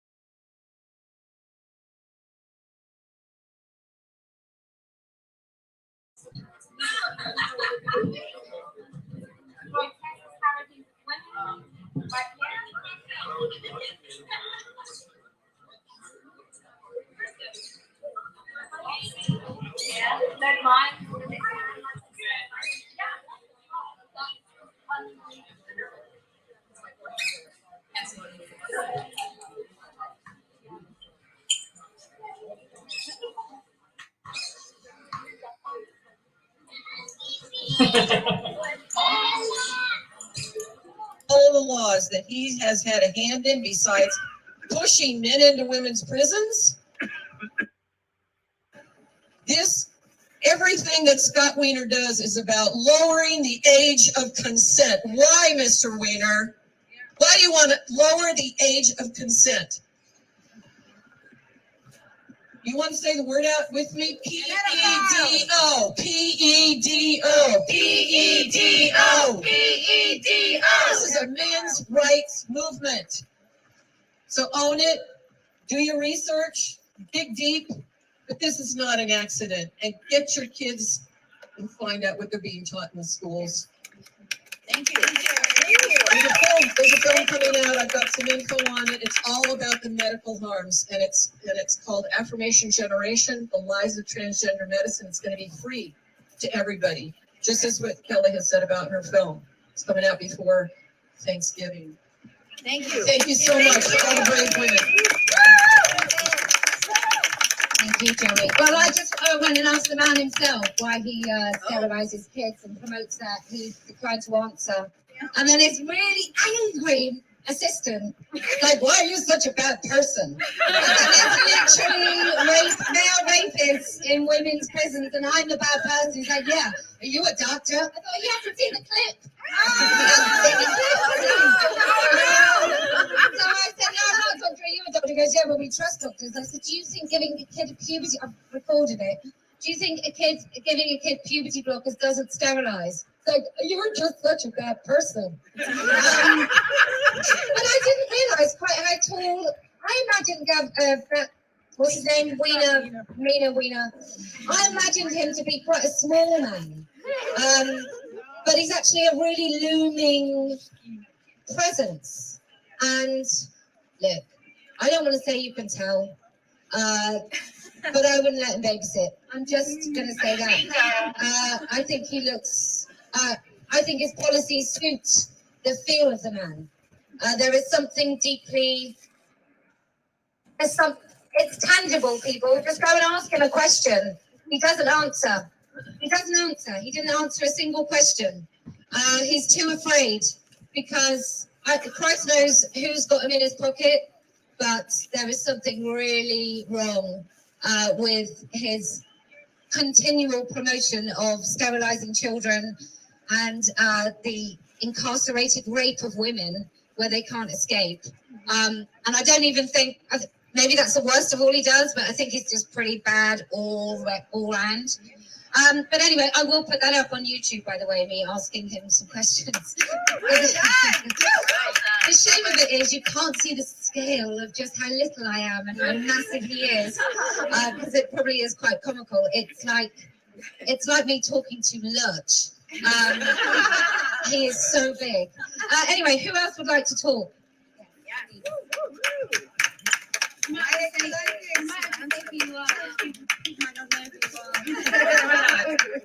Hi, my name is Sierra. I also go by Excellentic. Okay.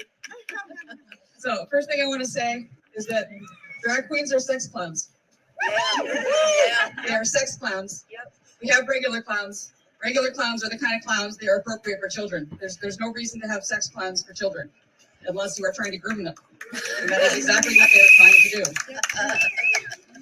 next thought to talk about these doctors and how we trust doctors. If you're a woman and you have not learned that you can't trust every doctor yet, you are in for a bad time. You need to watch out. These doctors are sex lobotomists. If you would blindly trust a lobotomist, you are a fool, and you're going to end up without a frontal lobe. So I've been talking a lot this week on my blog, which is on Substack, xlantic.substack.com. I also have YouTube, etc., or just xlantic.com points to an archive of my past videos about the cancer risk. The Netherlands, back in 2019, they've known about this for a while. They did a nationwide cohort, looked at 2,200 trans women who were put on estrogen, and they found that it increased the rate of breast cancer by 46 times. That's not 426 times, 46 times. So that is an enormous, that's not a subtle effect at all. The same study found that there was a reduction in breast cancer for trans men on testosterone, but that's not because testosterone is safe, that's because they're cutting the breasts off. So obviously they're not going to get as much cancer. They know what these drugs are doing. They know that it causes cancer. That's why they're so eager to do the gender-affirming hysterectomy. That's why they're so eager to cut off pieces of children, is they know that they're going to get cancer real quick. Because testosterone is a known carcinogen. I've been talking to some of these kids who are on social media, bragging about their sex lobotomy, bragging about the controlled substance that they're taking to regulate their emotions as minors. And a lot of them genuinely believe that our similarity to rats is a coincidence. That we don't have a common ancestor with rats, and therefore we can't generalize rat studies. We're just doing research on rats for no reason, apparently. We can't draw any conclusions. Both our bodies use testosterone because God created kinds, like the Bible said. Like, they're not being informed of the risk. They're flashing their informed consent paperwork. There's a big dust up with a detransitioner named, or not even a detransitioner. She hasn't said that she's detransing, but she talked about the side effects on social media and expressed regret. And Trans Talk just attacked. And so in response, a lot of them flashing their informed consent paperwork to see, it warned me about the baldness. Look, it warns you about all the risks. And holding it up for the camera, I have yet to see an informed consent packet that warns of cancer. I have yet to see one. I keep asking them for them. They say, oh, he told me verbally. What? So the baldness was important enough to write down on the form for you to read. But the cancer, it's probably not a big deal. Do you know how expensive it is to treat cancer? I don't know if you guys know. It is incredibly profitable, no matter what the outcome is. So I had a friend that passed away recently from cancer. Her treatment was over $500,000 in just 2 months. Jeez. And it would have lasted longer if she had lasted longer, but she didn't. And they don't understand. They can't possibly imagine how awful it is to have cancer, to undergo cancer treatment, especially when you know from the start that you're doomed. And it's just about prolonging your life slightly. It's obscene what's being done to children in this day and age. Targeting gay and lesbian children especially. Yes. They're telling girls who feel confused, and I'm a lesbian, so I went through this. When you realize that you are attracted to girls and all the videos that you have seen growing up show men loving women, it's natural to picture yourself liking them as a man. It's just natural. There's a reason that I got into the trans ideology, because I'm also a detransitioner, and then got out. We need to tell young gay and lesbian kids the truth about what they're in for. We need to stop trying to tell them that they can be the other sex, because they can't. And we need to stop catering to homophobes who do not want to have to imagine same-sex intimacy. They want to have a world where anybody who looks gay might still be heterosexual, but just one of them's trans. Or they want to live in a world where all the actual gays and lesbians, one of them has trans so that they look heterosexual. They don't want to live in a world where they have to think about that, because it grosses them out fundamentally. So thank you guys all for coming out here today. Really, really am glad to see everybody's faces, because it's so important that we stand up against this. These children over here are at risk of horrible, horrible outcomes. They're at risk of being poisoned by the pharmaceutical industry intentionally, who are taking advantage of their normal teenage angst and also taking advantage of people who in Tandy I, who in 2019 said that we need to lower the age of sex lobotomy below 18, openly advocating it so that the AAP can't pretend that we just made it up, and saying that we should do that based on how long they've been affirmed in their gender. And her hypothetical involved a woman who knew that her newborn was trans. So it is an unholy alliance of the pharmaceutical industry and Munchausen's by proxy parents. There's one of the Boston Children's Hospital sex lobotomists, there's also a video of her saying that it's possible to tell the children are transgender in the womb. Yeah, and we're gonna make a video on that one in the very near future. I've already made a video on that doctor, specifically in my Boston Children's Health series, if you wanna see how eager they are to make a lot of money. It's truly, truly reprehensible. But the thing is, puberty doesn't just happen in adolescence. That is the third puberty. There are two other periods of what's called hypothalamus, pituitary, gonadal activation, which is a chain of events that puberty blockers is stifling. And that chain of events happens once in the womb, and then it happens again in infancy. And so I predict that we're going to start seeing them prescribing puberty blockers to infants. That's clearly where they want to go. That's clearly the next step. The horror of it overwhelms me. So, all right, anybody else want to speak? Thank you. Thank you. My name is Elizabeth. I'm a family nurse practitioner. My voice is usually this high. You should know this. I'm a nurse practitioner. I'm 60 years old, but when I was 3, I was Tarzan. And when I was 4, I was Batman. And I was always wanting pocket pants. I played Army, I climbed trees. Anytime I got a Barbie, I'd give it to my sister. I hated that stuff. When I was 16, I had my first kiss. And I felt things in my body that I didn't know I had or could have in places. And I wonder if these poor kids that are having body parts removed and put on puberty blockers at 11, 12, 13, 14, they don't know what they're giving up.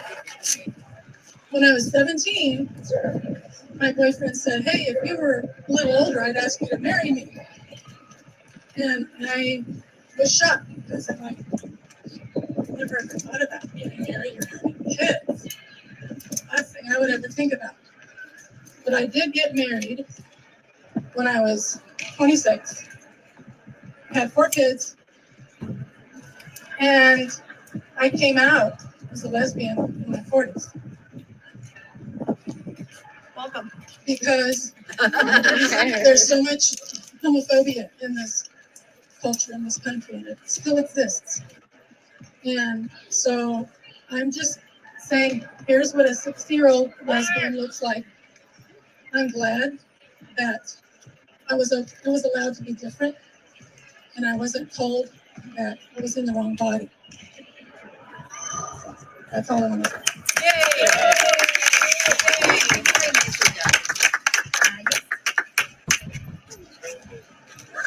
Hey, everybody. I'm a 27-year San Franciscan. I'm a mother. I'm a lesbian, if you couldn't tell. I just started on today, but still. My message is a verbal meme, and I'm sure Kellie-Jay would do this more funny than I can do it. And you've probably seen it. It's the one where there's a woman, aka a witch, being burned at the stake. And the guy lighting the fire says, I'm on your side. Okay. So anybody that's watching this hasn't been peaked yet. You don't have to be a parent or a lesbian or a Democrat or a San Franciscan to understand what's going on here. All you gotta do is open your eyes. It's not that hard. You're not saving kids by mangling their bodies. Absolutely. I had a kid on the cusp of 40 years old. Okay? I didn't know I wanted kids until I was in my mid-30s. They say you might mature your brain at 24 or 25, but I was a late bloomer there. So these kids that are having their their body parts taken off. They have no idea what they're going to miss, and they're going to miss it eventually. Their brain's going to hopefully mature eventually. But just know these puberty blockers are stopping everything, not just gonad development, their brains. Puberty happens at a specific time for a really good reason, because it helps you become an adult. It helps you make decisions. Okay, adolescents don't know anything. Their brains are exploding nonstop. That's just how it is. That's part of being a human. Don't stop puberty. Don't cut parts off. You're not saving your kids. You're hurting them. That's my story. Thank you.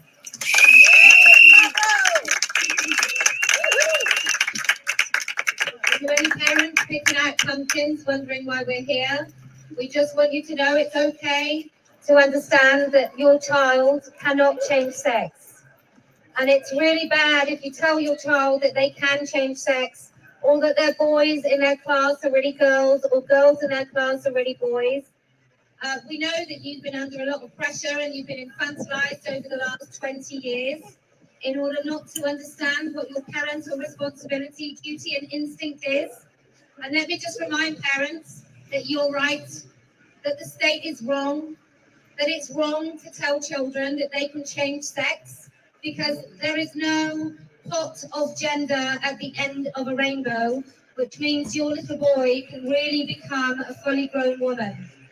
So, old Scott Penis is with his equally as massive drag queens. I mean, the only reason he doesn't look quite so tall is the drag queens are absolutely enormous there today. But I think it's vital that all parents... Pardon? No!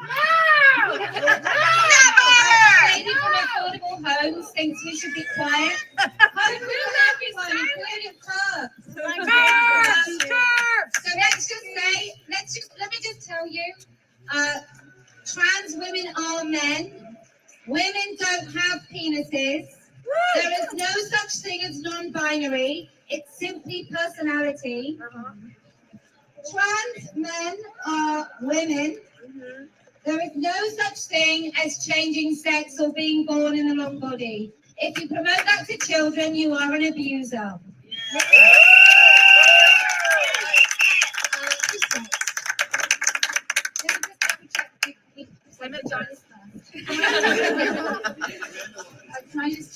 You can turn that back around. I've got a message for Scott.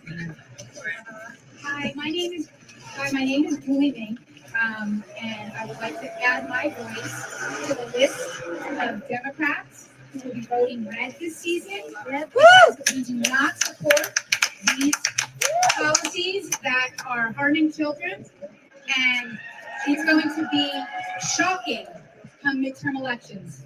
Shocking. I have a question for all of you. How many of you have the same exact feelings you had when you were an adolescent? Anybody? Anybody feel exactly the same they did?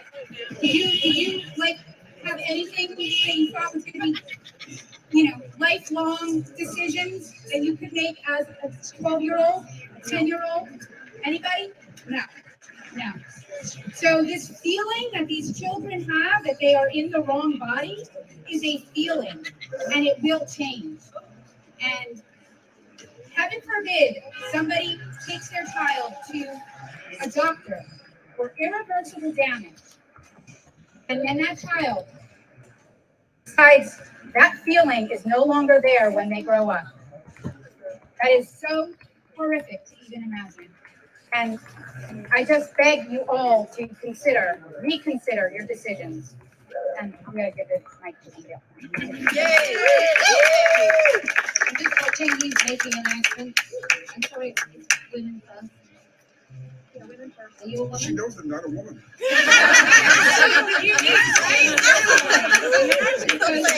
Thank you for also knowing you're not a woman. Thank you.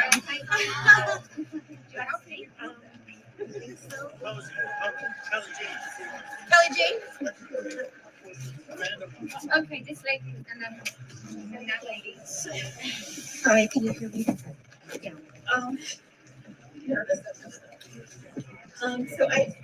The reason I'm here is to let people understand that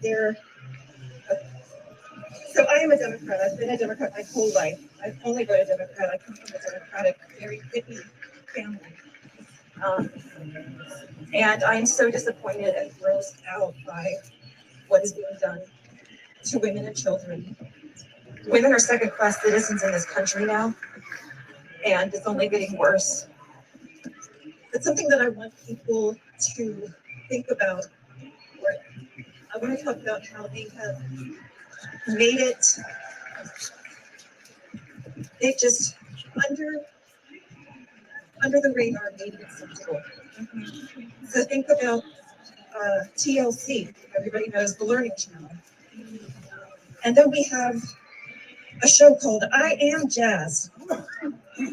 This is a 9-year-old boy that was put on puberty blockers at age 9. And it was all televised that this boy was going to be turned into a girl. At age 15, this was televised. You can look it up. But at age 15, Jazz was meeting with his surgeons and his parents, and they said, well, since your puberty blockers stunted your growth, juvenile growth, scrotal growth, you need to give me possibly skin stretchers to make your neovagina. Forgive me, he didn't need that, but come 16, he gets his neovagina surgery. He needed 3 corrective surgeries. There's a lot of pain. He is now emotionally and mentally stunted. He cannot bond with somebody. He is unable to date and connect with somebody on a romantic level. His surgeon has already confirmed and admitted that these kids are inorgasmic. They cannot enjoy being an adult. And what an adult and having love and connection and family. He will never know that because he can't make babies. He can't, his testicles are gone. And I want to mention something Excel mentioned, Candy K or Candy I or whatever.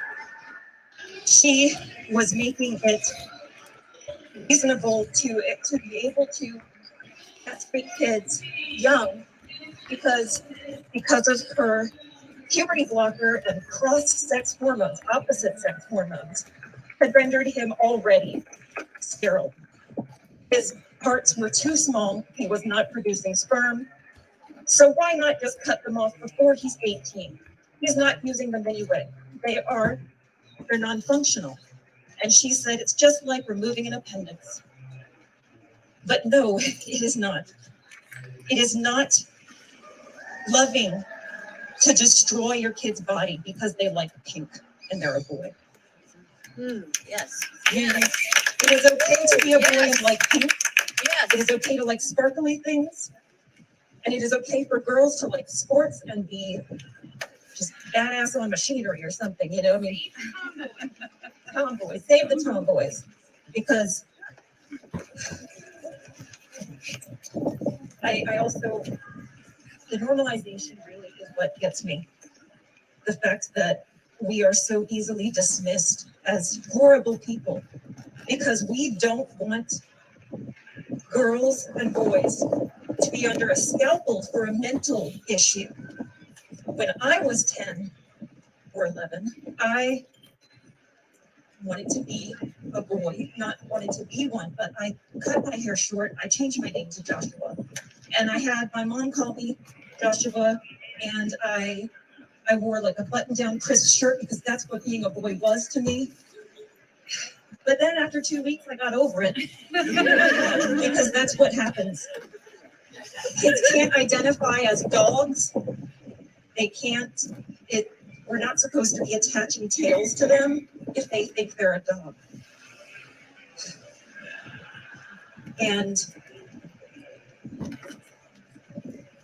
you finished? It's okay. But also, we have Rachel Levine, who says that we must empower youth to take cross-sex hormones and puberty blockers. We only have 2 sexes. Gender is a spectrum, sure, but you're not smashing stereotypes by cutting up kids for their mental ideas or confusion. Surgery is not the answer for mental illness or confusion, just puberty and not knowing where you fit in the world and who you are. And then you have parents like the lady from Mermaids who will convert her gay son to a girl because that just can't be acceptable. Having a gay son is unacceptable to her. So she had her kids' penis and testicles removed in Malaysia or something. Thailand. This is definitely child abuse. We only have two sexes. It is decided by the sperm hitting the egg whether they're going to be XX or XY. Yes, there are DSEs. Yes, there are intersex. That is not the rule. It's the exception. And we don't cut up kids and remove young women's breasts and tell them that they aren't right. They are. And another reminder, Ellen Page was told she was not the right kind of lesbian for Hollywood. She was made to feel like she wasn't good enough. So she took off her breasts. That is normalizing this. She said, trans kids will die if they do not get surgery on their bodies for mental illness. No, some of these kids will die after they get that because they will kill themselves. Listen to detrans people. This is not fake. We're the Women Who Cried Wolf. This is really happening. And you can look up detrans. And when you see the detrans kids and young people being terrorized by trans rights activists, their feelings, their suffering is diminished and dismissed and ignored for the lie that trans medicalization is the answer. It just drives me crazy. Rachel Levine, yeah, let's empower kids. Check his hard drive. And also, there are plenty of drag queens who say, this is not for kids. We do drugs. We do raunchy things backstage. We have men dressed as women spreading their legs for kids for money. We have little girls walking around with men in lingerie and fake breasts, giving them money. This is not normal. You're not good parents. You're not progressive. If you're exposing your kid to that, and then you can look up, Desmond is amazing. He's another great normalization example that we are accepting, that it's totally normal for little boys to be with grown men when they have rohypnol in the painting behind them when they're interviewing this little boy. The painting says rohypnol, and he's also this guy, I can't remember his name, but he's a murderer. So he's not gonna jail. But we have just people accepting and blindly just sheep following that we are the bad people because we don't think that we should be paying hundreds of thousands of dollars for kids to get cross-sex hormones and to be cut up. And also, thanks Wiener for SB 132. Thank you for saying that women don't matter, males' feelings matter more. A male's identity matters more than a woman's safety and dignity. Thank you. I really like the people that have just come and stolen a pumpkin and not stayed for the show. That's been the most heartening thing that's happened behind me today. You just seem like a sneaky parent just coming in and just scooping up a pumpkin. Okay, who's next? Yes. Right, I'm going to say we've been on the live stream about an hour and a half, 2 hours. So yeah, thank you so much. Hello, I'm Amanda, and I've lived in the Bay Area most of my life. I was a gender non-conforming child, luckily in the days of the era of the tomboy. It wasn't until I was 16 that I realized I was likely to be lesbian, and I came out as soon as I got to college. I rode with the dykes on bikes here with the gay march. All right.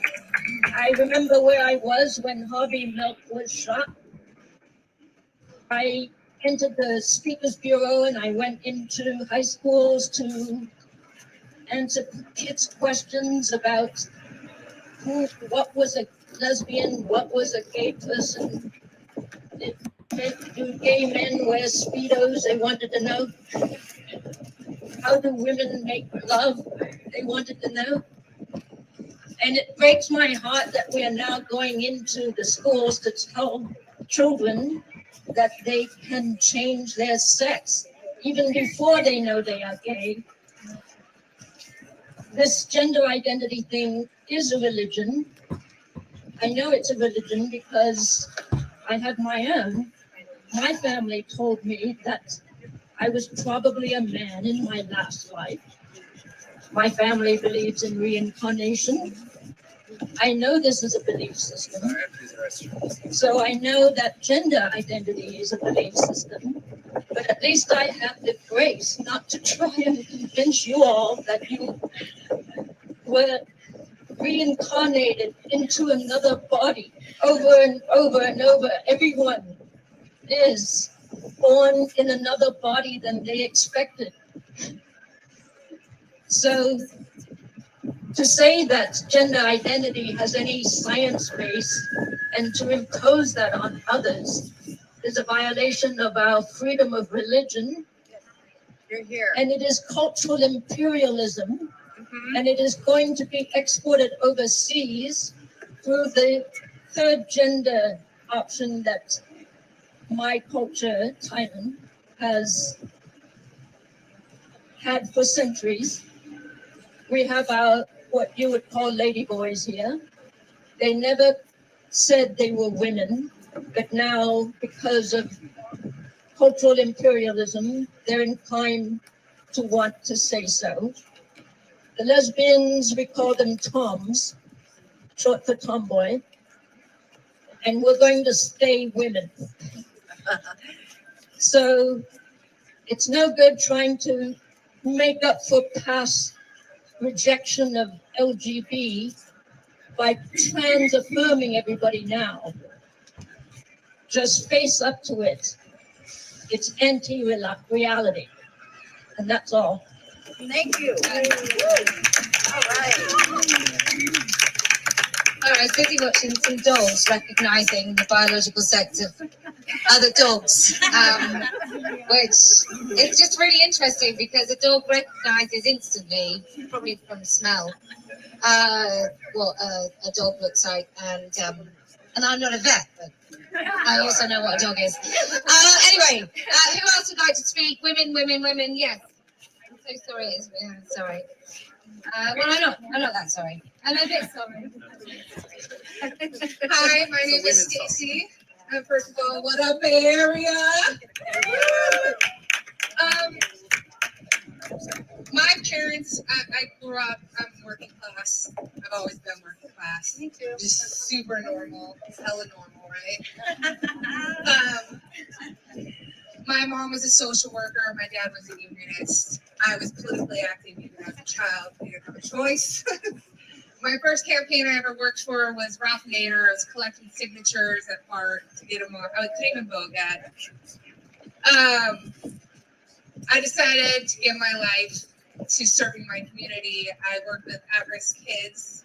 My background is human development, and I emphasize parent education. Empowering parents as first educators and primary educators. Yeah, that's right. And we, in my field, we constantly have the conversation nurture versus nature. Constantly, and the balance of what that means for kids. And like enhancing their experience. To embody them in their bodies. Like, where does that feel? Where do you feel that? And this whole movement is all nurture. It's all nurture. They're telling kids that they're conditioned to believe what they believe. That there's no nature involved. And it's the disembodiment from their mind and body. It's the opposite. And this is affecting at youth risk. At risk youth. Sorry, I'm off. Would you want to wait 2 seconds and we'll let you speak? And I want to empower parents. Like, talk to your kid before someone else talks to them about this. Teach them that they are beautiful, but they are not special. They don't get to change their sex. Tell them that there aren't women that are more women than other women because of how feminine they are. Empower them. Teach them to say no. Teach them about their boundaries. Yeah. Empower your kids. Absolutely. Seriously, the thing about this gender ideology, which I do call it the religious left, because it is. Yeah. And it's just, talk to your children before someone else does. That's my greatest advice. Teach them to be in their bodies. Teach them to love their bodies. And just help them navigate this. Absolutely. Because they need our help. And this whole movement disenfranchises parents and kids. They make us adversaries. Right? You know, like, if you can't trust your parents, then everything's questioned. Right? So, and this is what I tell my kids: I love you so much. You're so beautiful, but you're not special. Thank you so much. I'm going to go get my ball because there's a chap here who is going to shoot off, but I'd like him to speak. Oh, thank you.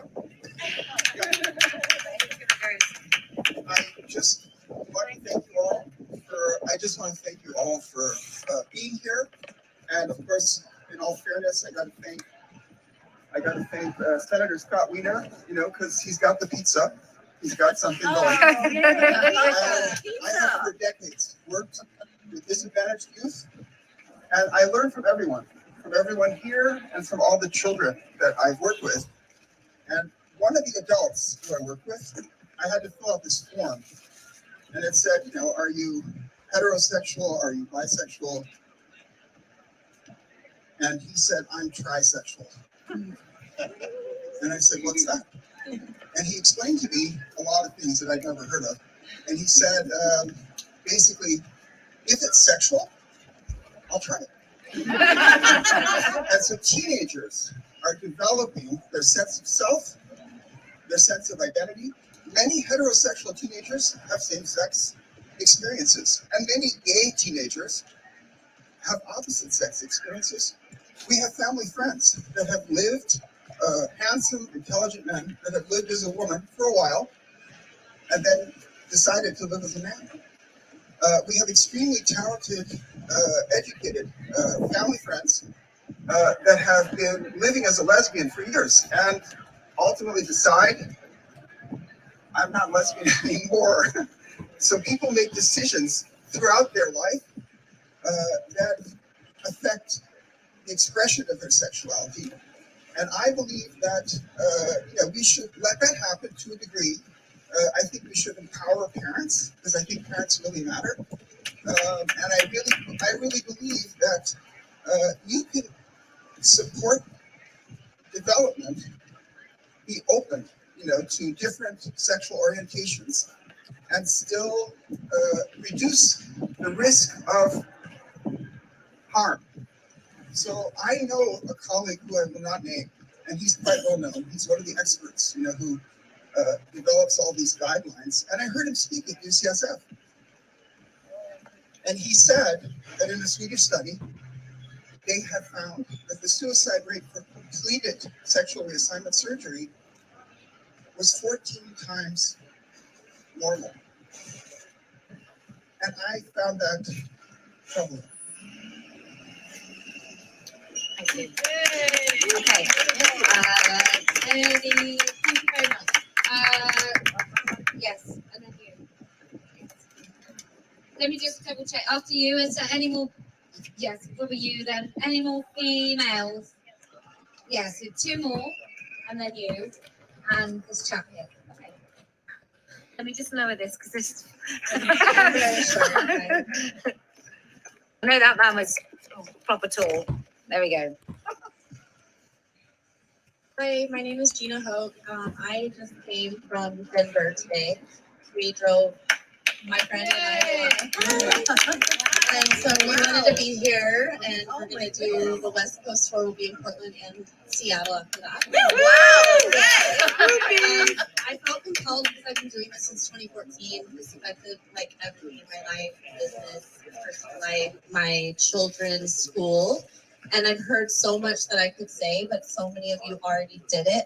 The one thing I haven't heard, so I appreciate your patience if it's been said, but I'm going to encourage you to get your kids out of public schools. I took my kids out.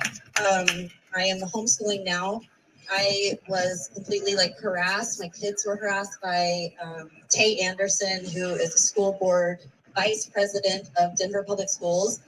And that was just it for me after that. I just wish I could get you all to understand how serious it is in public schools and how your kids really have no right to even know that a child is the opposite sex. So everything's compelled.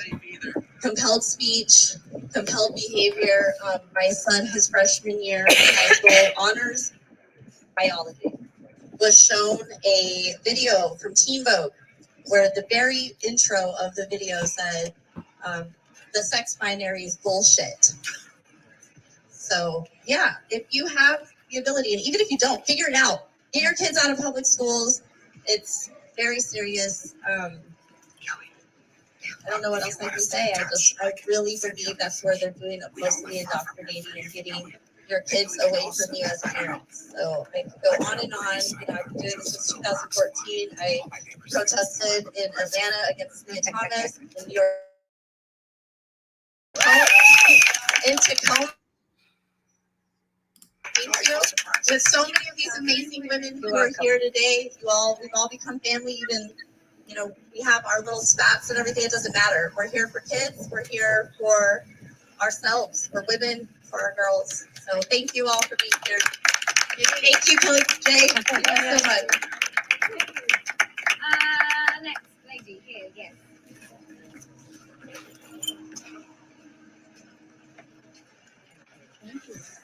I brought my adopted daughter with me, Anne Frank. She died because of Nazi ideology, and there are a lot of children dying because of trans ideology. I do connect the two. And I also want to say that I was trans for a year after dating a guy who claimed to be bi, but he was actually gay, so I was convinced that I was gay. And I got a hold of the Leatherman's Guide, published in 1969. And it at the end described the ultimate thrill of surgically removing a man's testicles and showing them to him. Oh. This is the Leatherman's Guide, published in 1969. So it's been on my radar. I was not trans. I decided that I would talk myself out of it. I had a therapist, of course, and became a mother, happily. However, my kids were indoctrinated. They weren't indoctrinated into trans ideology because they were too young, but they were indoctrinated into other ideologies, such as their school counselor decided to come out as a lesbian and marry one of the other women's staff publicly. This was on Cape Cod. And wanted everybody to know about it, wanted the kids to know about it. This was progress.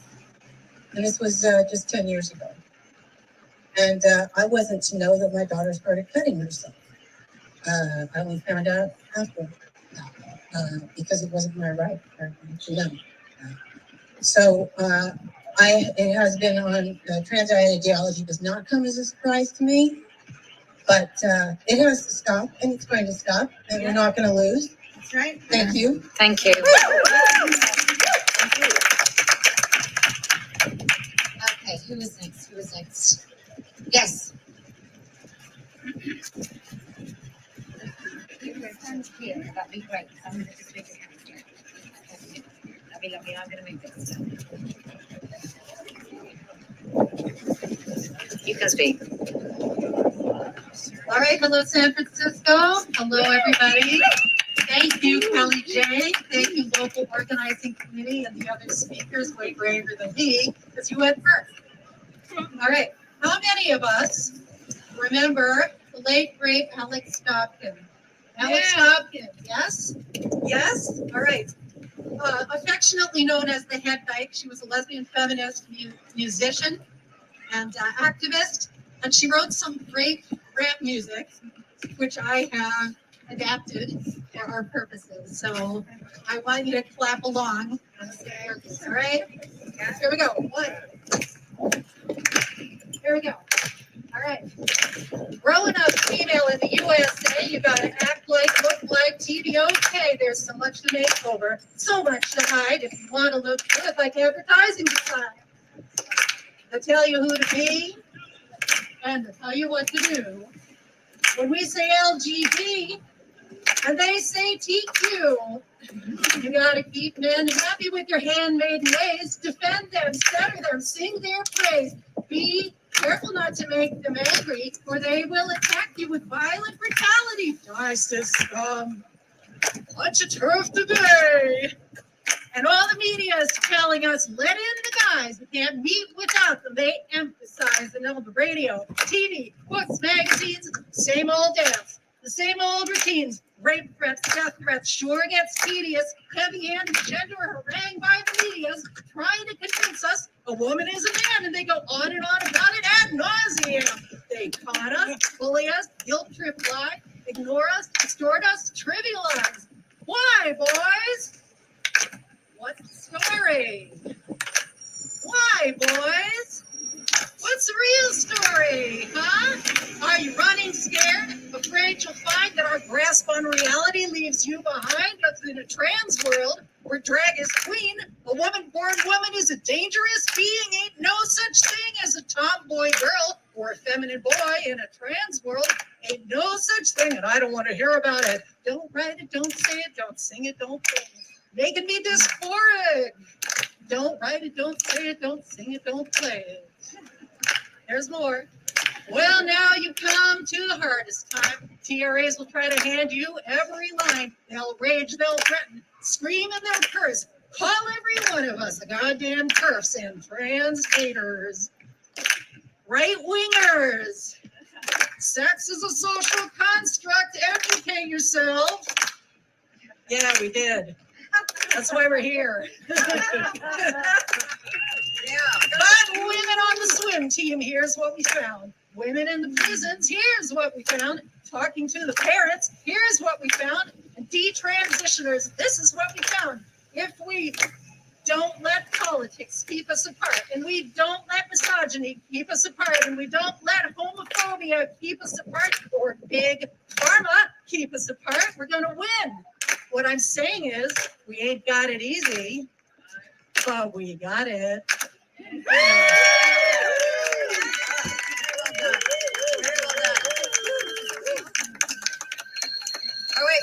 Hello.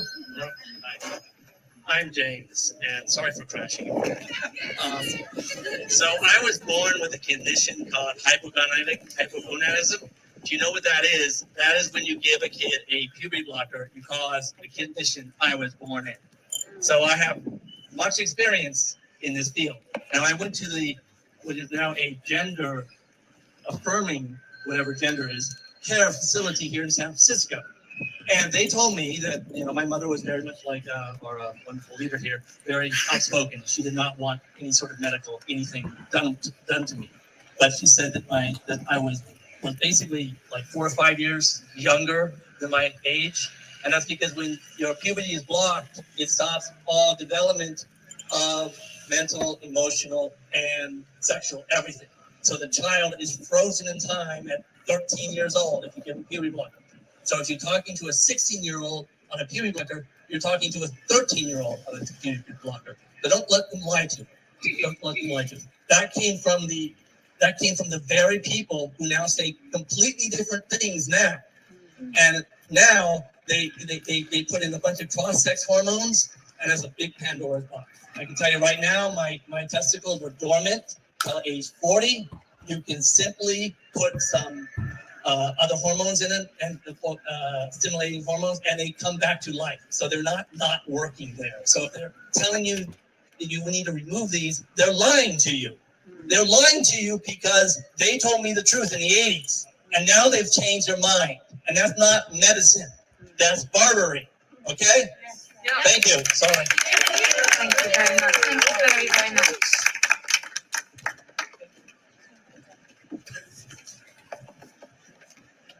All right, hello everybody. Actually, could you stand? Yeah, you stay right there because otherwise you're too much in. You look glowing. Okay, so I'm speaking today. There's a little something done on my phone. I'm speaking today to ask a favor of the members of my community. Now, I would name the LGBT community, although I'm not sure we have that anymore, because I would like to think that a community does not involve the vicious defamation, silencing, and rejection of those in it who dare speak the truth. The favor I ask is that we stop being afraid of holding a dissenting opinion in the face of this new virus that is the new homophobia. Are you a boy or a girl? I was asked this question frequently during my childhood. By middle school, it was use the other locker room being shouted at me by the other boys as they changed into my PE clothes. From high school, it was the 6-letter F word. Now in college, it's what are your pronouns? I had the typical trans childhood that was reflected in shows like I Am Jazz and various other entities across the internet. I grew up as the only boy in a household with 2 lesbian mothers, loved them to death, and an older sister, and exclusively female friends. I've always admired women. But by age 14, after already 4 years in therapy and on antidepressants, I finally asked one of my mothers if I could go to the doctor to seek help from gender dysphoria. She agreed to schedule an appointment, as she knew I had been struggling with conforming, and like many parents, would have done absolutely anything to help her depressed and suicidal son. I remember the excitement and nervousness I felt as the appointment date approached. As we got closer to the date, my mom asked me if I was sure I wanted to go to the doctor for this. She tried her best to explain to my naive and malleable teenage brain that seeking this care was something I should not feel any uncertainty about. Well, in today's world, this questioning from my mother would be seen as deeply transphobic. I'm immensely grateful that I had a trusting enough relationship with her at the time such that I could be honest and tell her that I was not, in fact, certain about transition at age 14.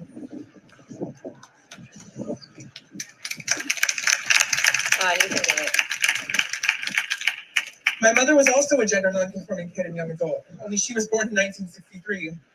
Upon seeing photos of her from the 80s, with hair shorter than mine and men's clothes, I felt certain that if she was born in my generation, she too may have walked into the same trap that I did.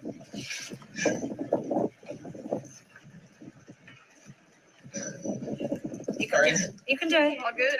We'll wait. We're here. I'm disappointed because aside from that baby earlier today, I might be the youngest person here, and no offense to anyone here. But I'm just disappointed in my generation because I go to UC Santa Cruz. I drove from there today. And if I spoke like this on my college campus, I almost feel I couldn't. Many people my age right now were afraid to speak out because the truth is being weaponized against us. And it's not okay. I'm thankful for my mother. I feel if I had any other parents, I could be standing, here, not fully intact. And so, listening to the older generation, sometimes they do have things to say. It's not all antiquated and oppressive, because the new ideas are oppressive in ways that we're blind to, or many of us are blind to. So, I saw that sign, stop, don't trans the gay away, because we're here and we're not going anywhere, and you can't erase us, and you can't, practice your eugenics disguised as diversity, equity, and inclusion. So.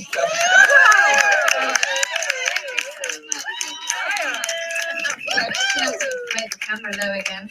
Wow. Otherwise, I'll just be the top of my head. It's weird how men are taller for some reason. Yeah. It's like a coincidence. All the guys are really tall. Okay. I don't know what I'm doing. Does anybody else want to speak? Anybody else want to speak? Would you like to do some of your speech again? Sure. Right, we're going to have a speech that we've already had right at the beginning because my tech went all weird and I had to switch to YouTube for my streaming thing, so do bear with. Hello again, for those of you who were here earlier. So thank you for your patience for listening again. In honor of Kellie-Jay's upcoming visit with Kamala Harris in Seattle, I'll introduce myself in the style of our first female vice president. My name is Allie Snyder. I am a woman. I am a mother. So the way that this I have no pronouns to tell other people how to speak about me. I'm in the stream. We have two different screens. I am wearing some of the Amy, be quiet. that are created to protect the rights of women and children. I'm here today in San Francisco, in the formerly great state of California, and I aim to turf it up. All right. I want to start my turf talk on the subject of using preferred pronouns. Seems like such a small thing at first, right? An easy way to show basic respect to a fellow human struggling with mental distress. But the reality is the term preferred pronouns is a massive misnomer. A more accurate term would be demanded pronouns, because compliance in this compelled speech is mandatory and not at all up to individual preference. When we respect someone's pronouns, the demands being made of us are incredibly serious and lead to some very dark places. To participate in this practice is to accept a new cult-like faith based on feelings, outdated stereotypes, delusions, dysphoria, and often homophobia. These demands to respect and participate in gender ideology are being leveled at our children. On the first day of school this year, my 10 and 12-year-old sons were asked by 3 separate teachers for their preferred pronouns on getting to know you questionnaires. In my subsequent meetings with their principals and teachers, I made it clear that this question is unacceptable at a public school. It is unacceptable because it forces our children to wonder if they have such a thing as a gender identity. At the very least, this question confuses them and makes them ask themselves if their bodies might be wrong. In too many instances, it leads them down a path to barbaric medical experimentation and irreversible harm. I warned these educators that by promoting this new ideology, generations of future homosexuals and other so-called gender non-conforming children are being thrown on a medical assembly line where they are being stunted, sterilized, surgically altered, rendered medical patients for life. I hope I planted a seed of curiosity in these meetings, but unfortunately, at least in the case of my son's health teacher, my warnings seemed to fall on deaf ears. This woman looked me straight in the eye and told me being a woman is a feeling. She's a true believer committed to teaching her students California's newly mandated family life curriculum, where children learn all about identities like age, gender, genderqueer, pangender, and so many more that are so real and valid, she couldn't even remember what they were during our meeting. Unsurprisingly, my son is no longer in this handmaidens class, but that won't save the other kids from her and her fellow gender cult leaders throughout our education system, who are hell-bent on robbing our children's innocence and warping their ability to understand reality. So as we see these demanded pronouns appear more and more often on surveys, online profiles, email signatures, and employee name badges, we must resist regardless of the consequences. I lost my job because when I shared my concerns regarding gender ideology, someone felt hurt, sad, and uncomfortable. I refused to stay silent on the subject, so I was let go. I don't blame my former employer, though. They have the livelihoods of thousands of people hinging on their compliance with California employment law. Instead, I blame the corrupt policymakers like Scott Wiener and Governor Gavin Newsom, who so smugly sign away our First Amendment right to freedom of and from religion. They sign away women's rights to single-sex spaces based on our biological sex and the future health and well-being of our children. Thanks to these policymakers, the state now says a certain type of person's feelings trump objective reality. If their feelings are hurt, offended, or even questioned by discussing the harms and human rights violations that follow from the promotion of gender ideology, the offending party must be penalized with extreme prejudice. Of course, there is no such consideration for us women who do not want to share a restroom with a volatile man who told a coworker the moment he knew he was a woman was when he, and I quote, was getting fucked in the ass by lady boys in Korea. Regardless of how many of us were targeted by sexual predators in our past, our feelings of violation and loss of security mean nothing to this state. Instead, we women face consequences for even speaking our concerns out loud because the state now considers gender identity a protected characteristic far more important than our biological sex. In closing, I empathize with the desire to respect someone's pronouns. I used to do it too, because I always strive to be kind and respectful to my fellow human beings. But I know better now. I know using preferred pronouns is really submitting to the demands of a dangerous ideology. It is no respectful act. We must remember it is never kind to lie to children and mentally ill or affirm that their bodies are wrong and need altering. There is no kindness in demanding women and girls open the doors to our single-sex spaces for predators, convicted rapists, and pedophiles who want to gain access to the prey of their choice when we are most vulnerable. We must hold the line on our language. Our children's futures, our freedom, and indeed our very understanding of reality itself begins and ends with our language. So keep standing up, keep speaking out, and do not submit to dangerous demands. Yes. Brilliant. Stop sterilizing children.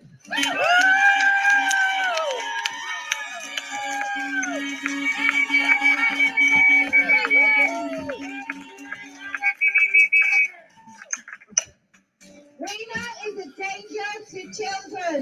Rena is a danger to children. Stop sterilizing kids, Rena. Stop sterilizing kids, Rena. Nearly all of his policies of reducing the age of consent. This should concern every single parent in the country.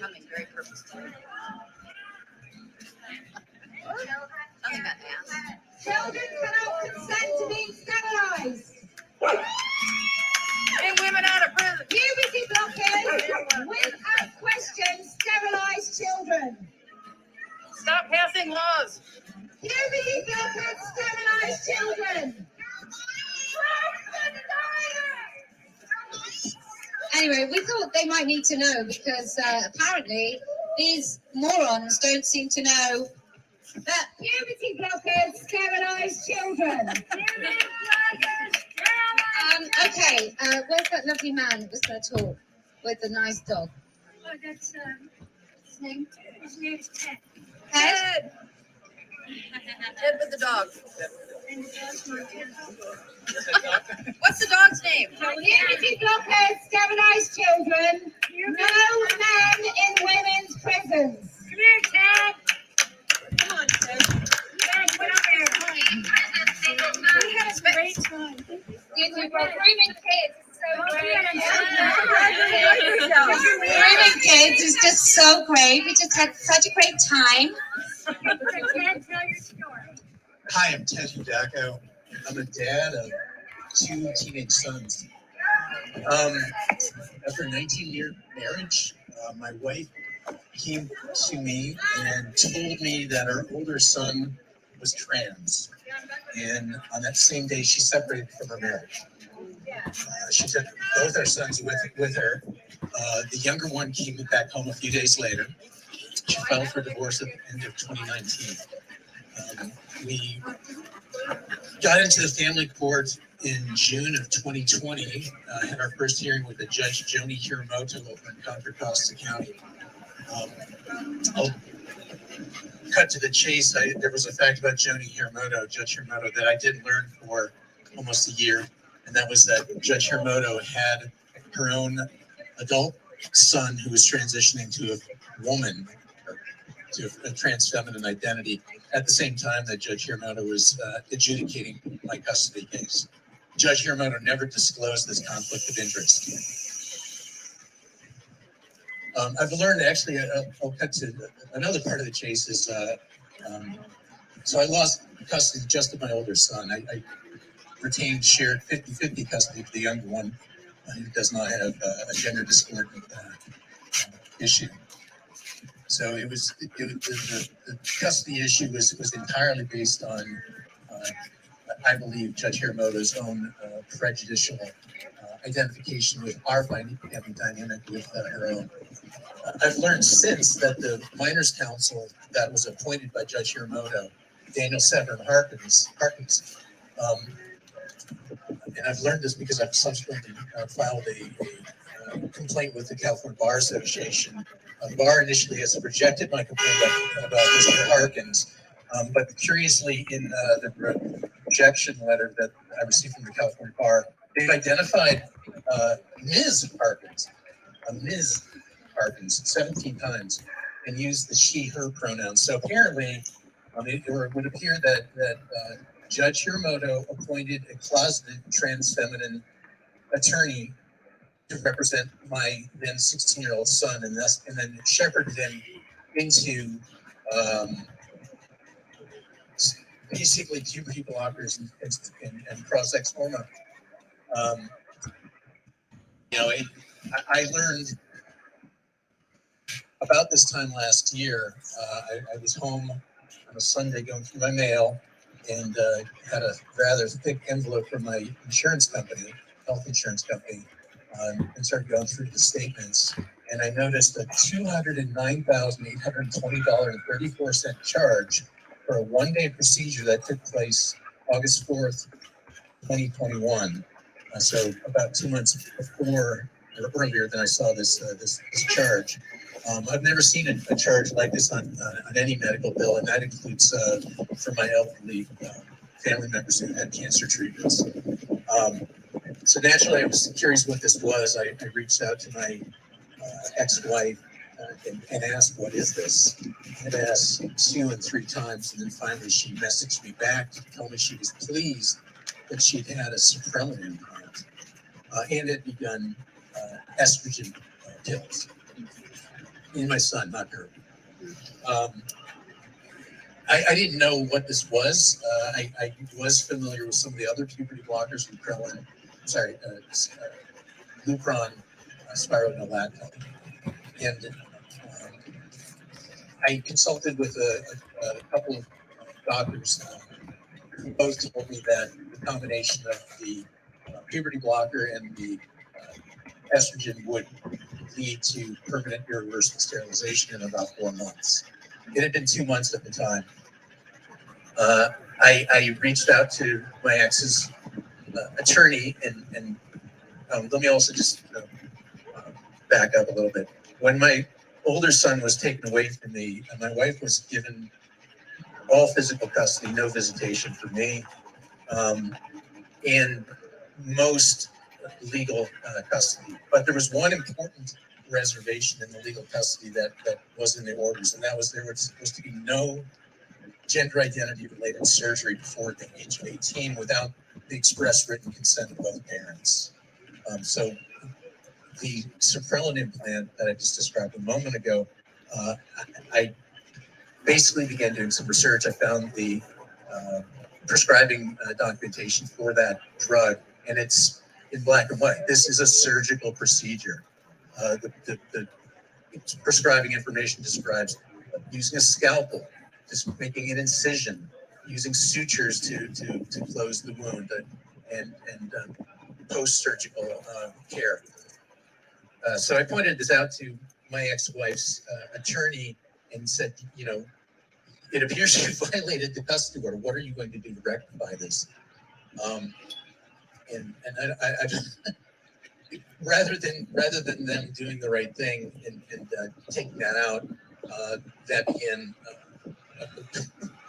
a hellish legal procedure for 4 months. They filed a domestic violence restraining order against me that I had to spend tens of thousands of dollars and months defending myself against it to clear my name. In the meantime, I did file or attempted to file a emergency motion for removal of the Suprelin implant. And what happened in that case is the presiding judge did grant me a hearing, but not on an emergency basis. The judge granted the hearing 6 months later. Right. Well, at that point, the sterilization already would have been done deal. And my son would graduate from his 18th birthday. So even had we gone through with that hearing, and I prevailed at that hearing, there wouldn't have been any point in getting the implant removed because it already would have done its damage, and no judge would actually grant an order when a child is that close to being 18, basically, and say he's just going to get it put back in.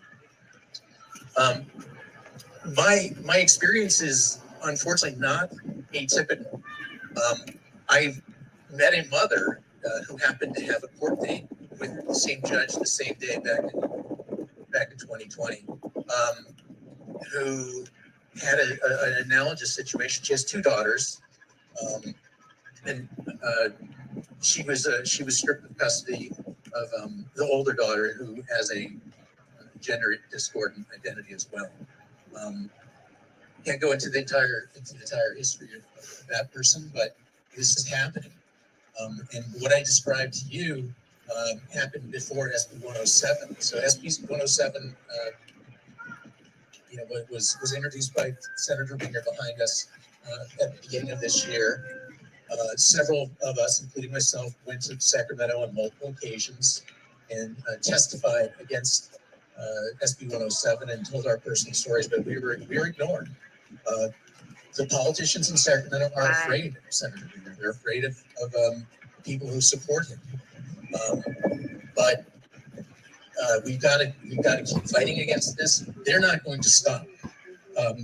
There's so much money on the table, and that's really what this is about. It's the money. There's again a $209,000 procedure for a one-day outpatient procedure. UCSF, right? Yeah, that's at UCSF. I could talk more about UCSF. Do you want to know about UCSF? Yeah. Okay. Well, when I lost custody in 2020, I wrote a letter to Dr. Stephen Rosenthal. He's an endocrinologist, and I wrote, and his co-director, Dr. Diane Ehrensaft, who's the mental health director. These are both the directors at UCSF's Child Adolescent Gender Clinic. I think it was a 5-page letter. I included a paper that Dr. Rosenthal had co-authored, and I actually asked him some questions. Well, the first thing I asked was, can you please help me get access to my son's electronic medical records, because I was entitled to have those. Curiously, they didn't respond to that letter, and they never cooperated with my getting the medical records. But I obtained them much later through a different basis. But I asked Dr. Rosenthal about a paper he had written, which actually curiously referenced the brain cognition maturity paper under pubertal suppression. That's the Schneider paper originating out of Brazil. That's the case in which an 11-year-old boy was given a course of puberty blockers, and there was a measured drop of 10 points of IQ. I told Dr. Rosenthal and Ehrensaft in my letter that I was most concerned about my son not suffering a cognitive injury. I also asked, were any baseline metrics, IQ testing, and other cognitive testing being performed? Because if you don't measure something, you're obviously not going to be able to determine if there's been a change. I never received any response to this. Dr. Rosenthal has since corresponded with me and claims that he didn't receive my letter, which I CC'd to a number of politicians, the judge. It was mentioned in hearings. So they know what these puberty blockers do, and yet they proceed anyway. Yeah, the money. Just a couple other things to throw out there is that in the progress notes of my son from UCSF, there is discussion of the custody order. So UCSF had my custody order. They knew very well what the custody order said, and they proceeded. Without my permission, without my knowledge, without even know anything about it, they proceeded on this. There's conspiracy, there's concealment, and Demonization too. Yeah, that's true. Demonization. demonization. Yeah, what else is there to tell? There's so much. The whole thing's a horror show. Okay. Showing up. Yeah, so coming out. All right, are we wrapping up, Kat? Let's see if they're gonna wrap up. Okay.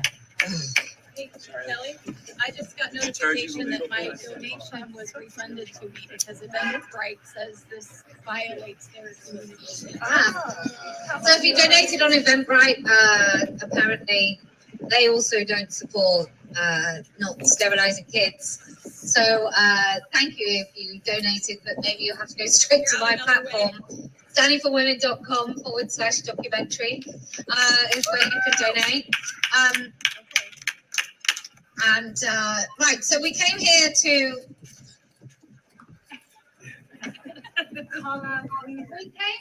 San Francisco because SB 132 puts male rapists in women's prisons. According to Mr. Wiener's staff, that means I'm a bad person for not wanting women to be raped in prison. He also has made this a sanctuary state, which means you can come all across the country to get your child sterilized or your daughter's breast removed. I mean, it's wholesome. It's not like pumpkin carving. Yeah. So we had this pumpkin carving with sexualized caricature parodies of women called drag queens. Wearing women clothes.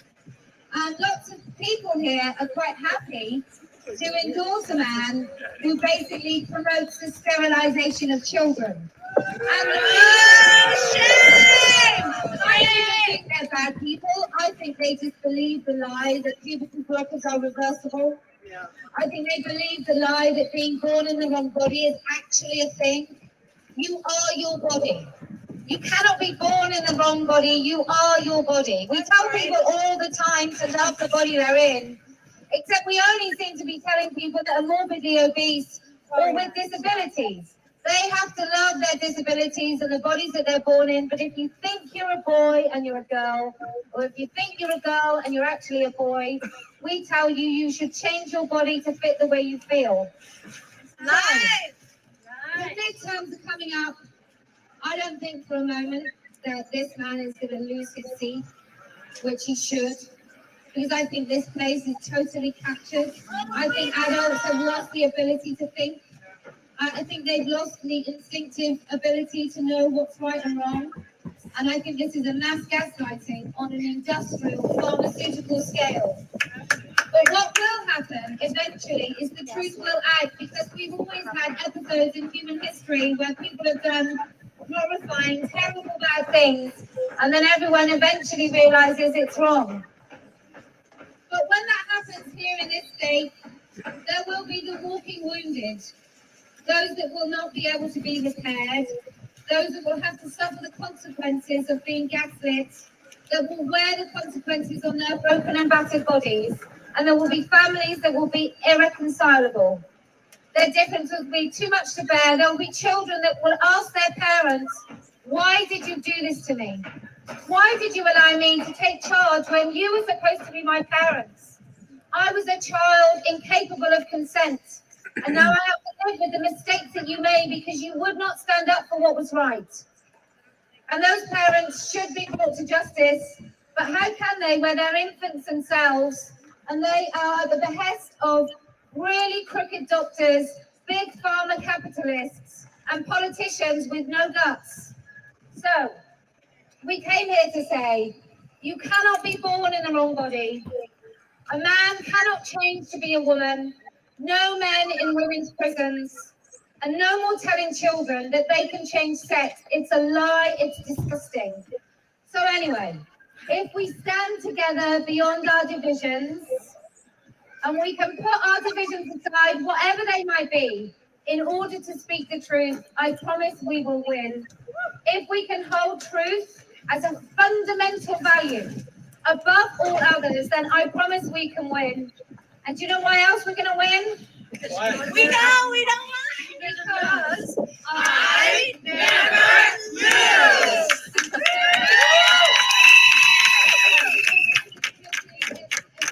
Thank you so much.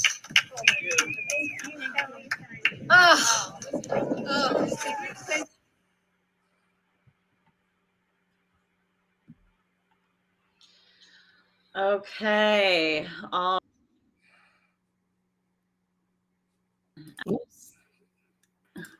There you are. There's your All right, everyone. Thank you so much for being a part of this. This was a great one. San Francisco went really well.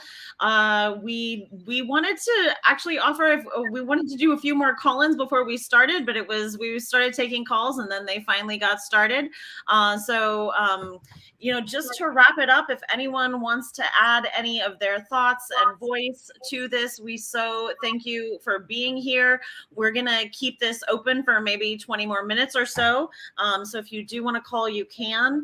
But we so appreciate you all being here for so long. This was a really long one. almost 3.5 hours now.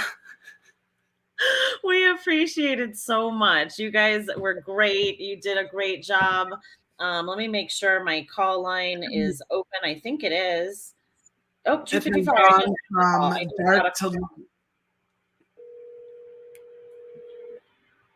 Sometimes I miss it and then I have to call back. Hey, you are on. Oh, nope. Nope. I got ahead of myself. Nice. We'll see. We'll see if I get an answer back. Okay, so we still have over 100 people here. You just heard the second stop on Kellie-Jay's US tour in San Francisco. You heard from women like Leah Keith, Joey Bright. You heard from Kat Cattison, Detransitioner. You heard from Gina Hoach. What's up, Gina? You heard from, oh my God, so many speakers. I can't believe how many people were there that we know that have been out participating in activism all over the country. We had Exelantic. She spoke. Who else? I should have been keeping a running list. We went for quite a while, so. Allie Snyder, thank you. Thank you, Lola. Who else was speaking? If you just called from Charleston, call back. I missed your call, but I see that you just called. Go on. And yeah, right at the end of the live stream, we saw a message from Amanda Stuhlman from Keep Prisons Single Sex USA. She's over here based in New York near me. What did she put up here about Eventbrite sent her an email? So she got an email from Eventbrite about the Standing for Women tour. It said, quote, yeah, here we go. Hold on, here we go. I'll put it up so you can see it. Over to our caller. Hey, welcome. You. Oh, no, what? Wait, why is this saying I didn't answer? I did answer. Hello, welcome. You're from Sherry Frazier. Call from. To accept, press 1. To send a voicemail, press 2. To accept, press 1. To send a. Hey, are you here? Can you hear me? Yes. Welcome. You are on the air with Amy and with Kay Yang. Wonderful. Thank you so much. I am in Seattle, and several of us want to know where and what time on the 26th. Okay, well, it has already been announced, so I think it is okay if I announce it. It is at noon at the Space Needle. Noon at the Space Needle. Wonderful. All right, we are having hardcore Seattle Children's Hospital gender clinic. They are proud of what they are doing, and no one will stop them. That is so good to hear. Well, I'm excited to be there. I will be in Seattle in person, so I hope that I will meet you there. Caller, can you tell us your name? Do you want It's Sherry. Sherry? Sherry, thank you so much for calling in. Can you tell us a little bit about what you've been doing where you are? Has this, how many protests have you done? Have you done any yet? Is this your first one? We want to hear from you. I have done protests, but not about this. I just realized what happened and what is happening, and I didn't realize this was going on for several years now. And I am, I'm a feminist. I'm a big tomboy. I am 60 years old, been a Democrat since I was began voting, and I canvassed and tried hard to get Obama in, and I will never, ever, ever vote for these Democrats again. They have their foot on the pedal, pushing this stuff so fast because they are controlled by pharmacy, big pharma, and Pfizer. Wow. Yeah, and that's something that I appreciate so much about all the women. It seems like I don't care whether they're right, left, gay, straight, religious, agnostic, atheist. I don't care. We all need to help the kids.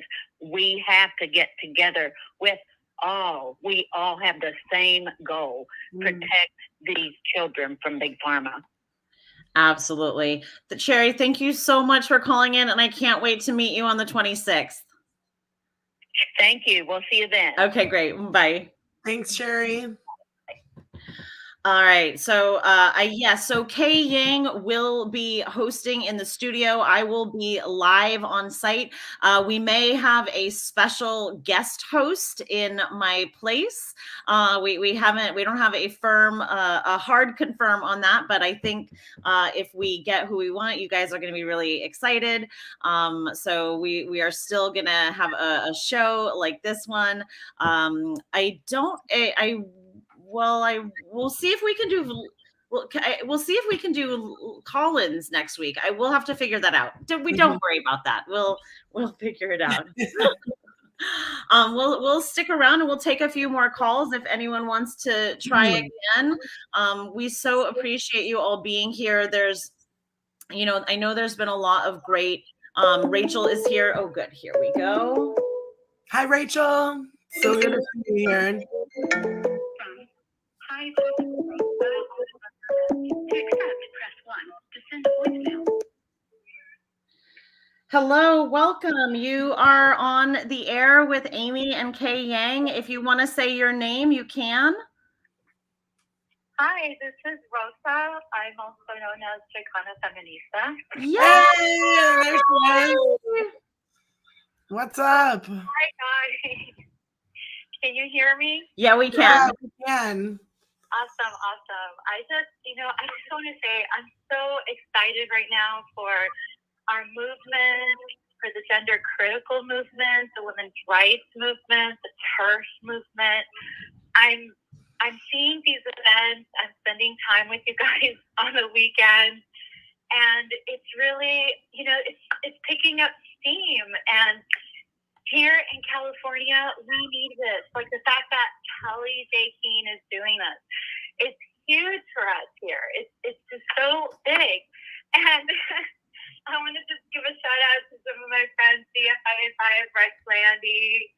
Hi, guys. It's really nice to see all of us come here together and support our women out here that are putting their necks out, their faces out, and speaking clearly, beautifully, wonderfully, making people understand the insanity of this. I'm so excited about it. And I just want to also say that a couple of weeks ago, it was announced that California has become a sanctuary state for trans agenda, where, we're going to see all these families coming from these states where they feel, so abandoned by the politics that are actually there to protect children. and they're not seeing this. And we're going to make them see that. And so Kellie-Jay doing this here in California is such a big thing, and I'm really just energized by it. And I'm so glad to see you guys here doing this. Thank you so much for being here today. We will see you. We'll see you in just a few days for Portland and Seattle. All right, guys. Thank you so much. Okay, thank you. Gosh, thank you so much for calling in. That's so fun. She comes all the time. So I had a question in the chat. You have to hit the bell to get a notification. So there's like a little bell symbol kind of on the bottom right of the screen.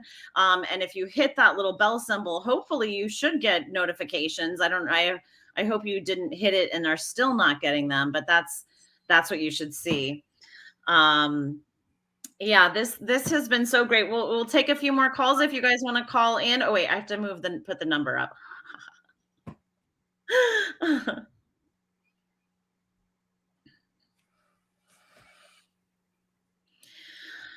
All right. Well, we will wait for a few minutes, but I think if not, I just want to say this has been so wonderful.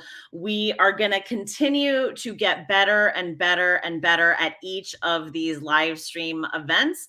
This is the record, so please really do share this with others, disseminate it, amplify it, because this is how we get our message out there. We're not going to get on CNN. We're not going to get on MSNBC. Okay.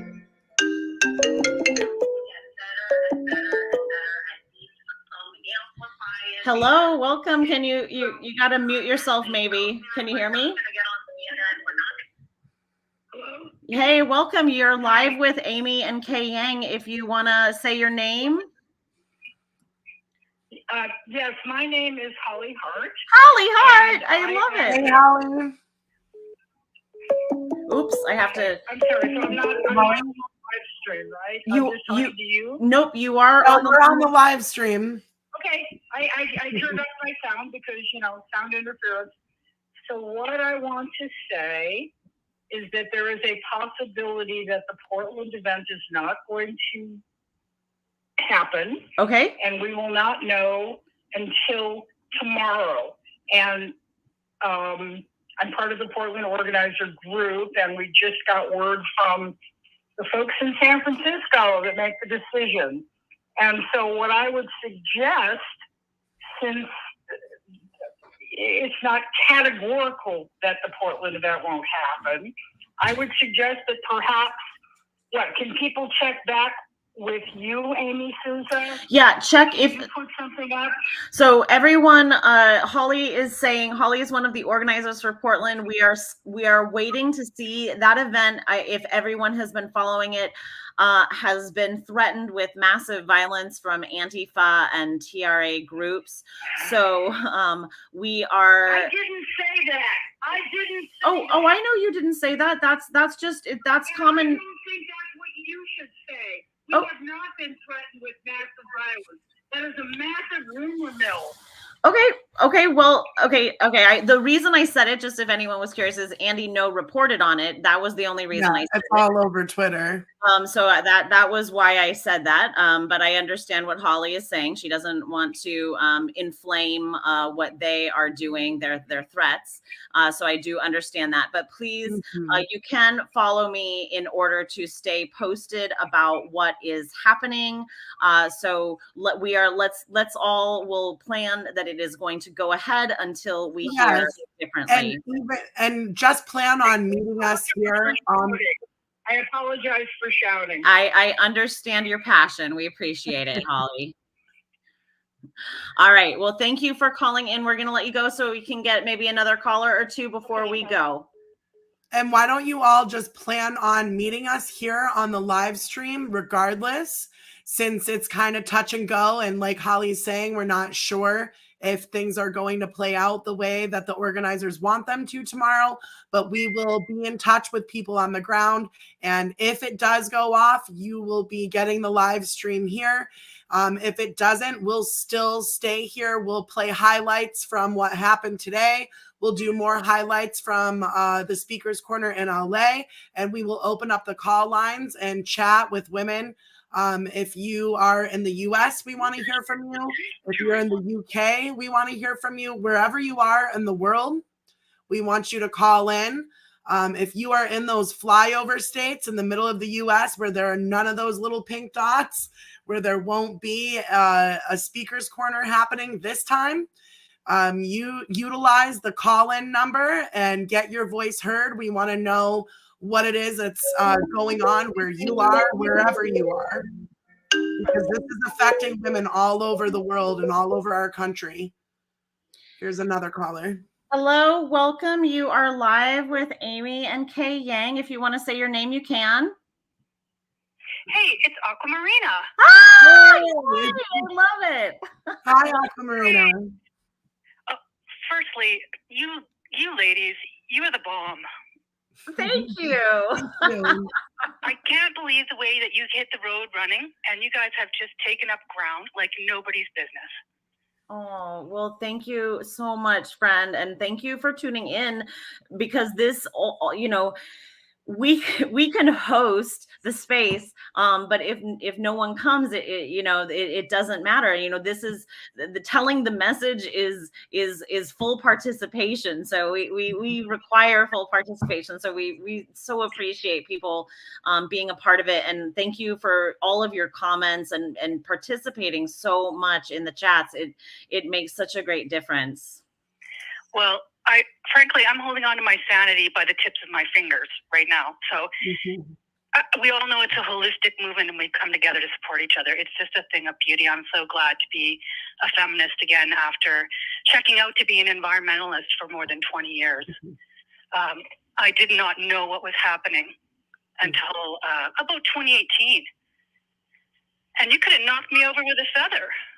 Yep. Yeah, I took postmodernism when I was at college, and I thought, well, this is insane. No one will ever pick this up. It makes no sense. And then, 30 years later, I find out, oh, indeed, everyone's going to pick it up, and they're going to force it down my throat. Yeah. Aquamarina, can you hear me? What, sorry? Can you hear Kay? Can you hear me? So you're saying that you were very involved in environmental activism, and that's a big part of my background as well. And Jennifer Billick speaks about her background in environmentalism, and of course, Leah Keith has a background. I'm curious from you if you noticed within your environmental organizing and activist spaces the absolute takeover of language with transgender terminology and ideology, because for me, that was that's a big part of where I noticed it kind of fomenting and taking over the American left. What about you? What did you see? Well, I'm in Canada, so things Okay, are you're supposed to be the nicest people on the planet. we carry this, like the U.S. is sort of known for your free speech, and you're radical in that way, but we're known for being super kind. And so when this ideology came in, all my sort of granola environmentalist friends just accepted that we were going to help kids find their true identities. And they never did any critical thinking about how it is completely anti-environmentalist to alter someone's body for a purpose that is unachievable, really. Yeah, we never hear people. Strange. We never hear people talk about that. The absolute medical waste, the waste of time and energy and resources that these luxury surgeries take up. And we're failing all the women and girls and really children of the world who were supposed to be sort of, I always thought we would export, human rights and feminism. And now it's so ironic because we almost need to import it from countries where, they don't want to have female genital mutilation on their daughters. Yeah. And now they come to Canada and I'm like, well, my country will do that to you. for a different reason. Wow. They'll just tell your daughter that she has a gender, right? Yep. And then they'll mutilate her body so that she can have a gender. It's quite wild. But I wanted to call because I wanted to give a top tip on peaking. I went to see my doctor yesterday, and I like to do this thing when I see my doctor where I talk about situational depression. I've always done this because I like to kind of touch base about politics so that they know why I have anxiety. So yesterday I said, I suffer from situational depression, and it gives me like a high blood pressure and all that good stuff. And, I don't know if you know what a TERF is, but I'm a TERF. And then he said, what? Because he did not know. And then I said about trying to peak him. And I told him the whole story. Well, I told him as much as you can tell somebody at a 12-minute appointment. And he knew nothing. Wow. He didn't know that women was...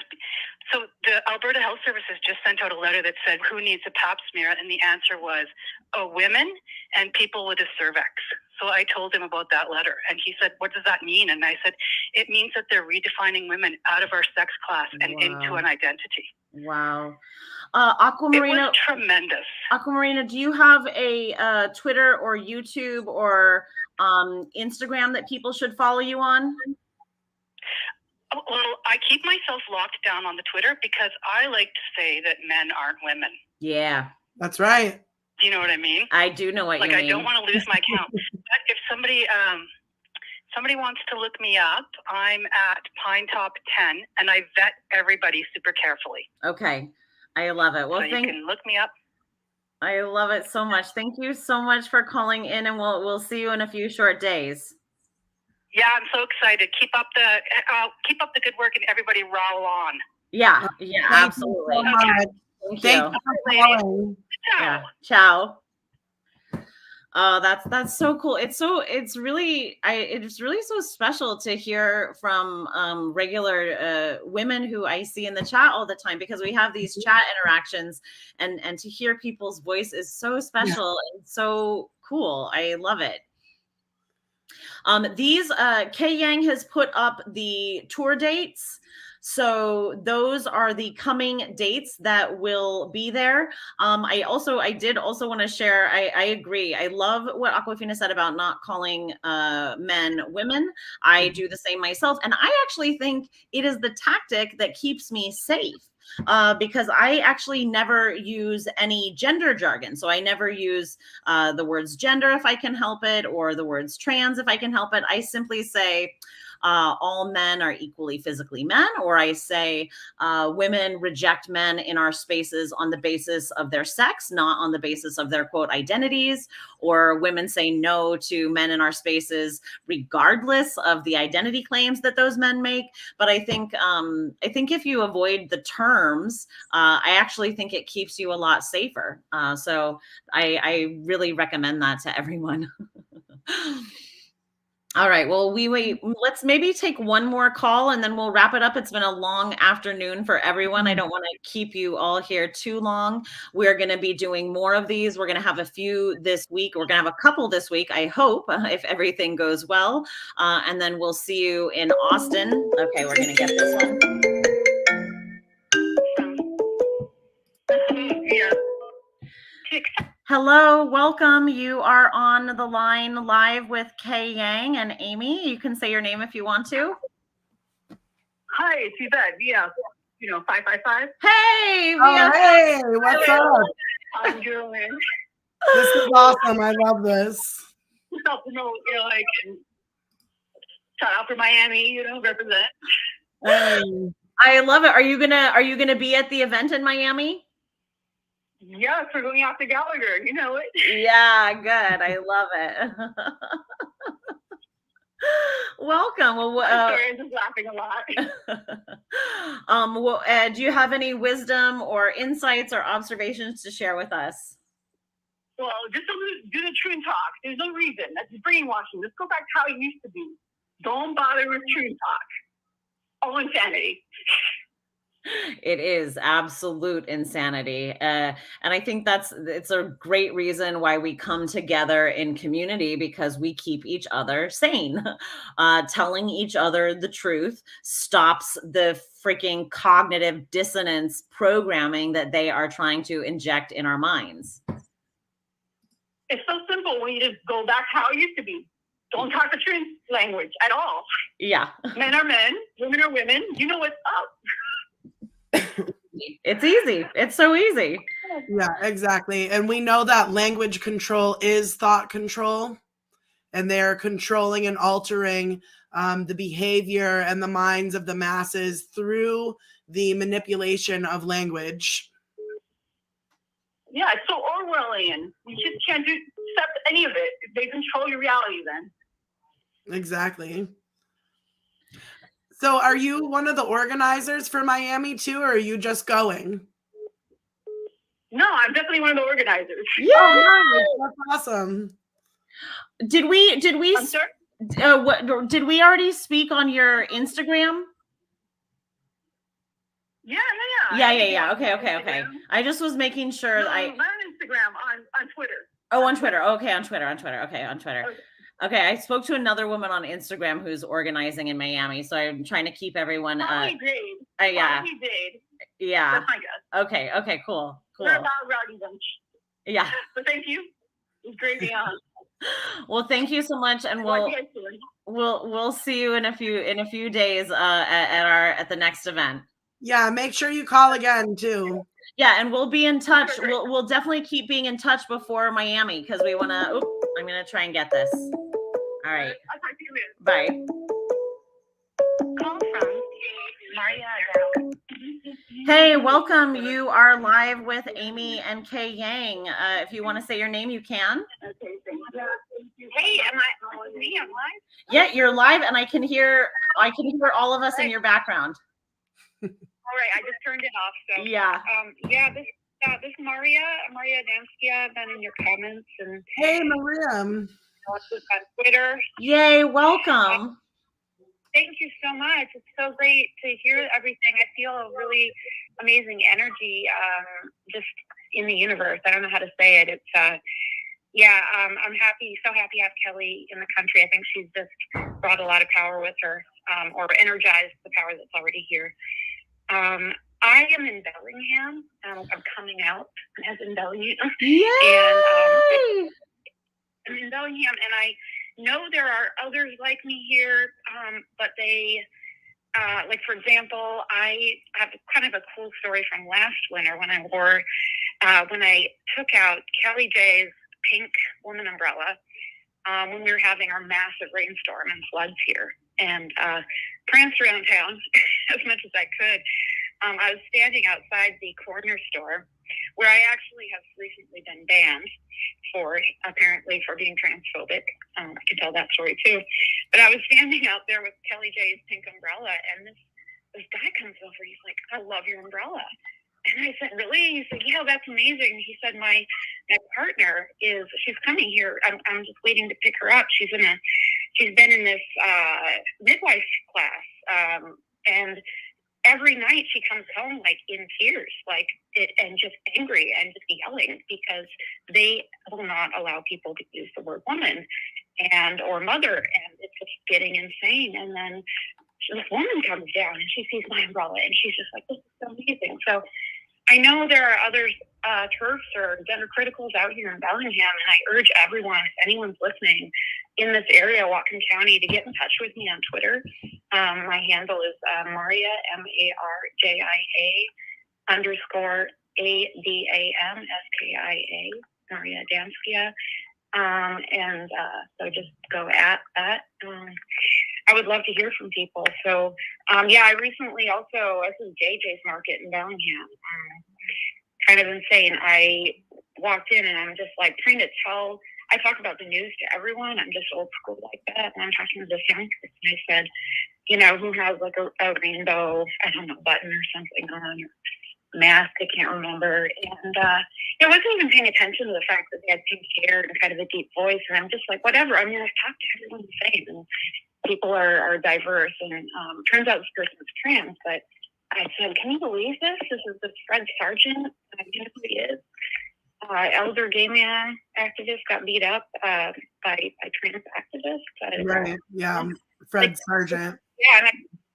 And Fred Sargent, I told him about what happened in Polk County. I said, they're beating up feminists. They've got these armed Antifa. Like, what? I said, this is like fascism. This is trans fascism.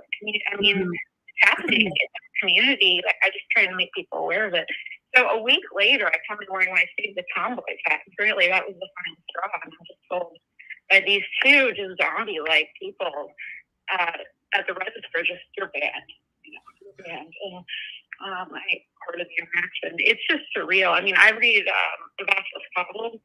My ancestors are Slavic, Polish, Russian, survivors of the Nazi persecutions and the communist persecutions. And, I'm very, very aware of how about this, the way that, in fact, on one occasion he was kicked out of a wine bar. It's just a long story. He talks about how he kicked the door, and this became highly publicized as illustrating that he was basically this domestic terrorist. And he's a famous playwright who went on to become the president of the country.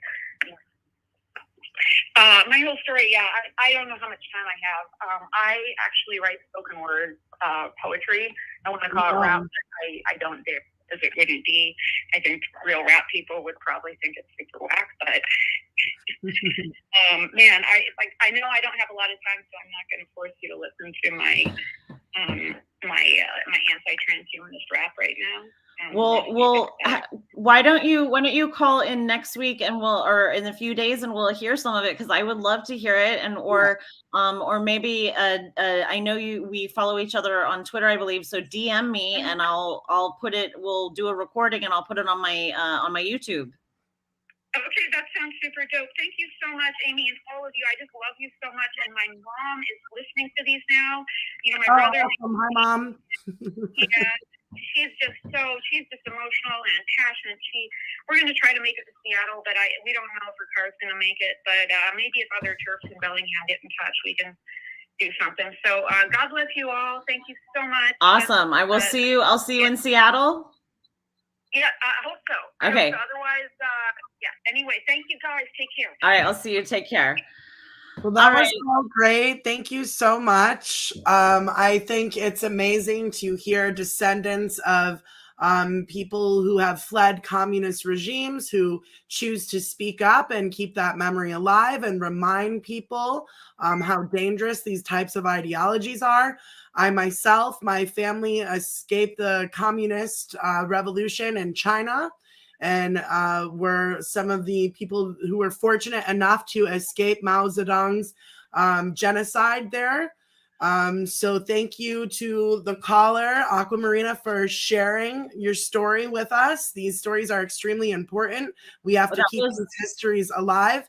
Oh, I'm sorry. That was V555. No, that was Maria. That was Maria. Oh God, I got confused. I'm sorry. We've been on here for almost 4 hours. I know. It's so important to keep those memories alive. And yeah, speaking of that, we're going to try to wrap up at the top of the hour. So we've got about 8 minutes left. If we want to get one more caller in, if someone wants to give us a call, that'd be awesome. We would love to hear from you. There's still 80 people here. I see some women are leaving. Goodbye. Thank you for joining us and being with us for all of that time. Kay Yang, let's do wrap it up. And I want to, we're going to keep making these better and better. And Kay Yang and I are working really hard. She and I are helping organize Philly. We're organizing, Kay Yang is organizing New York. I'm helping with that.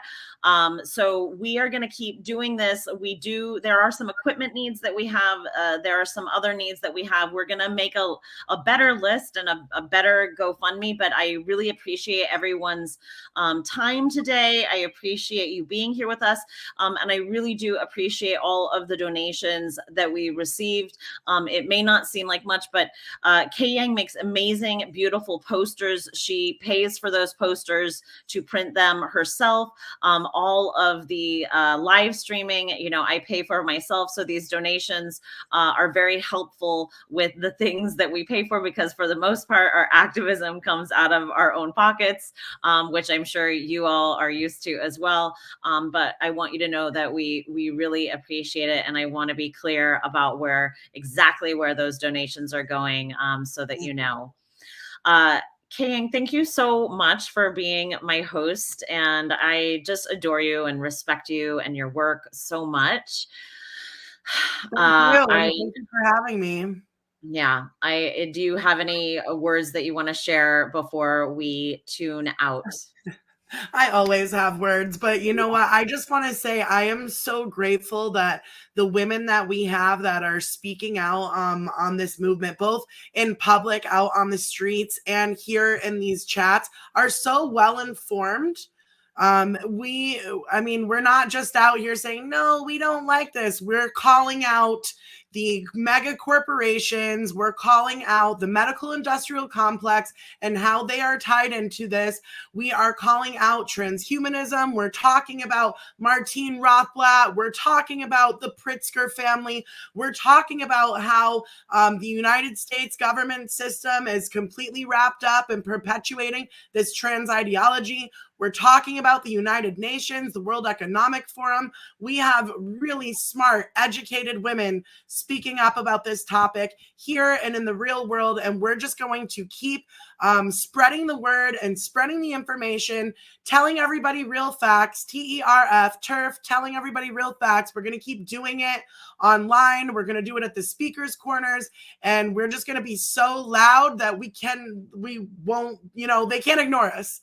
So we're just going to make ourselves everywhere at all times, speaking reality and saying absolutely no to the medicalization of children, absolutely no to endangering women and girls by having our spaces taken over by men in dresses pretending to be us. Women say no. So keep joining us here. Keep registering your voice of non-consent and keep calling in on the lines. We will platform you. We want to hear from everyone. And just like Kellie-Jay says, we have to keep putting our differences aside. And if we can continue to keep our eyes on the prize, that's really what we need to do right now. Nothing is more important than defending our children from the transgender medical industrial complex. Nothing. So please keep joining us here. We love you all. Just go out there and keep peeking, people. We'll see you later this week. Thanks, everyone.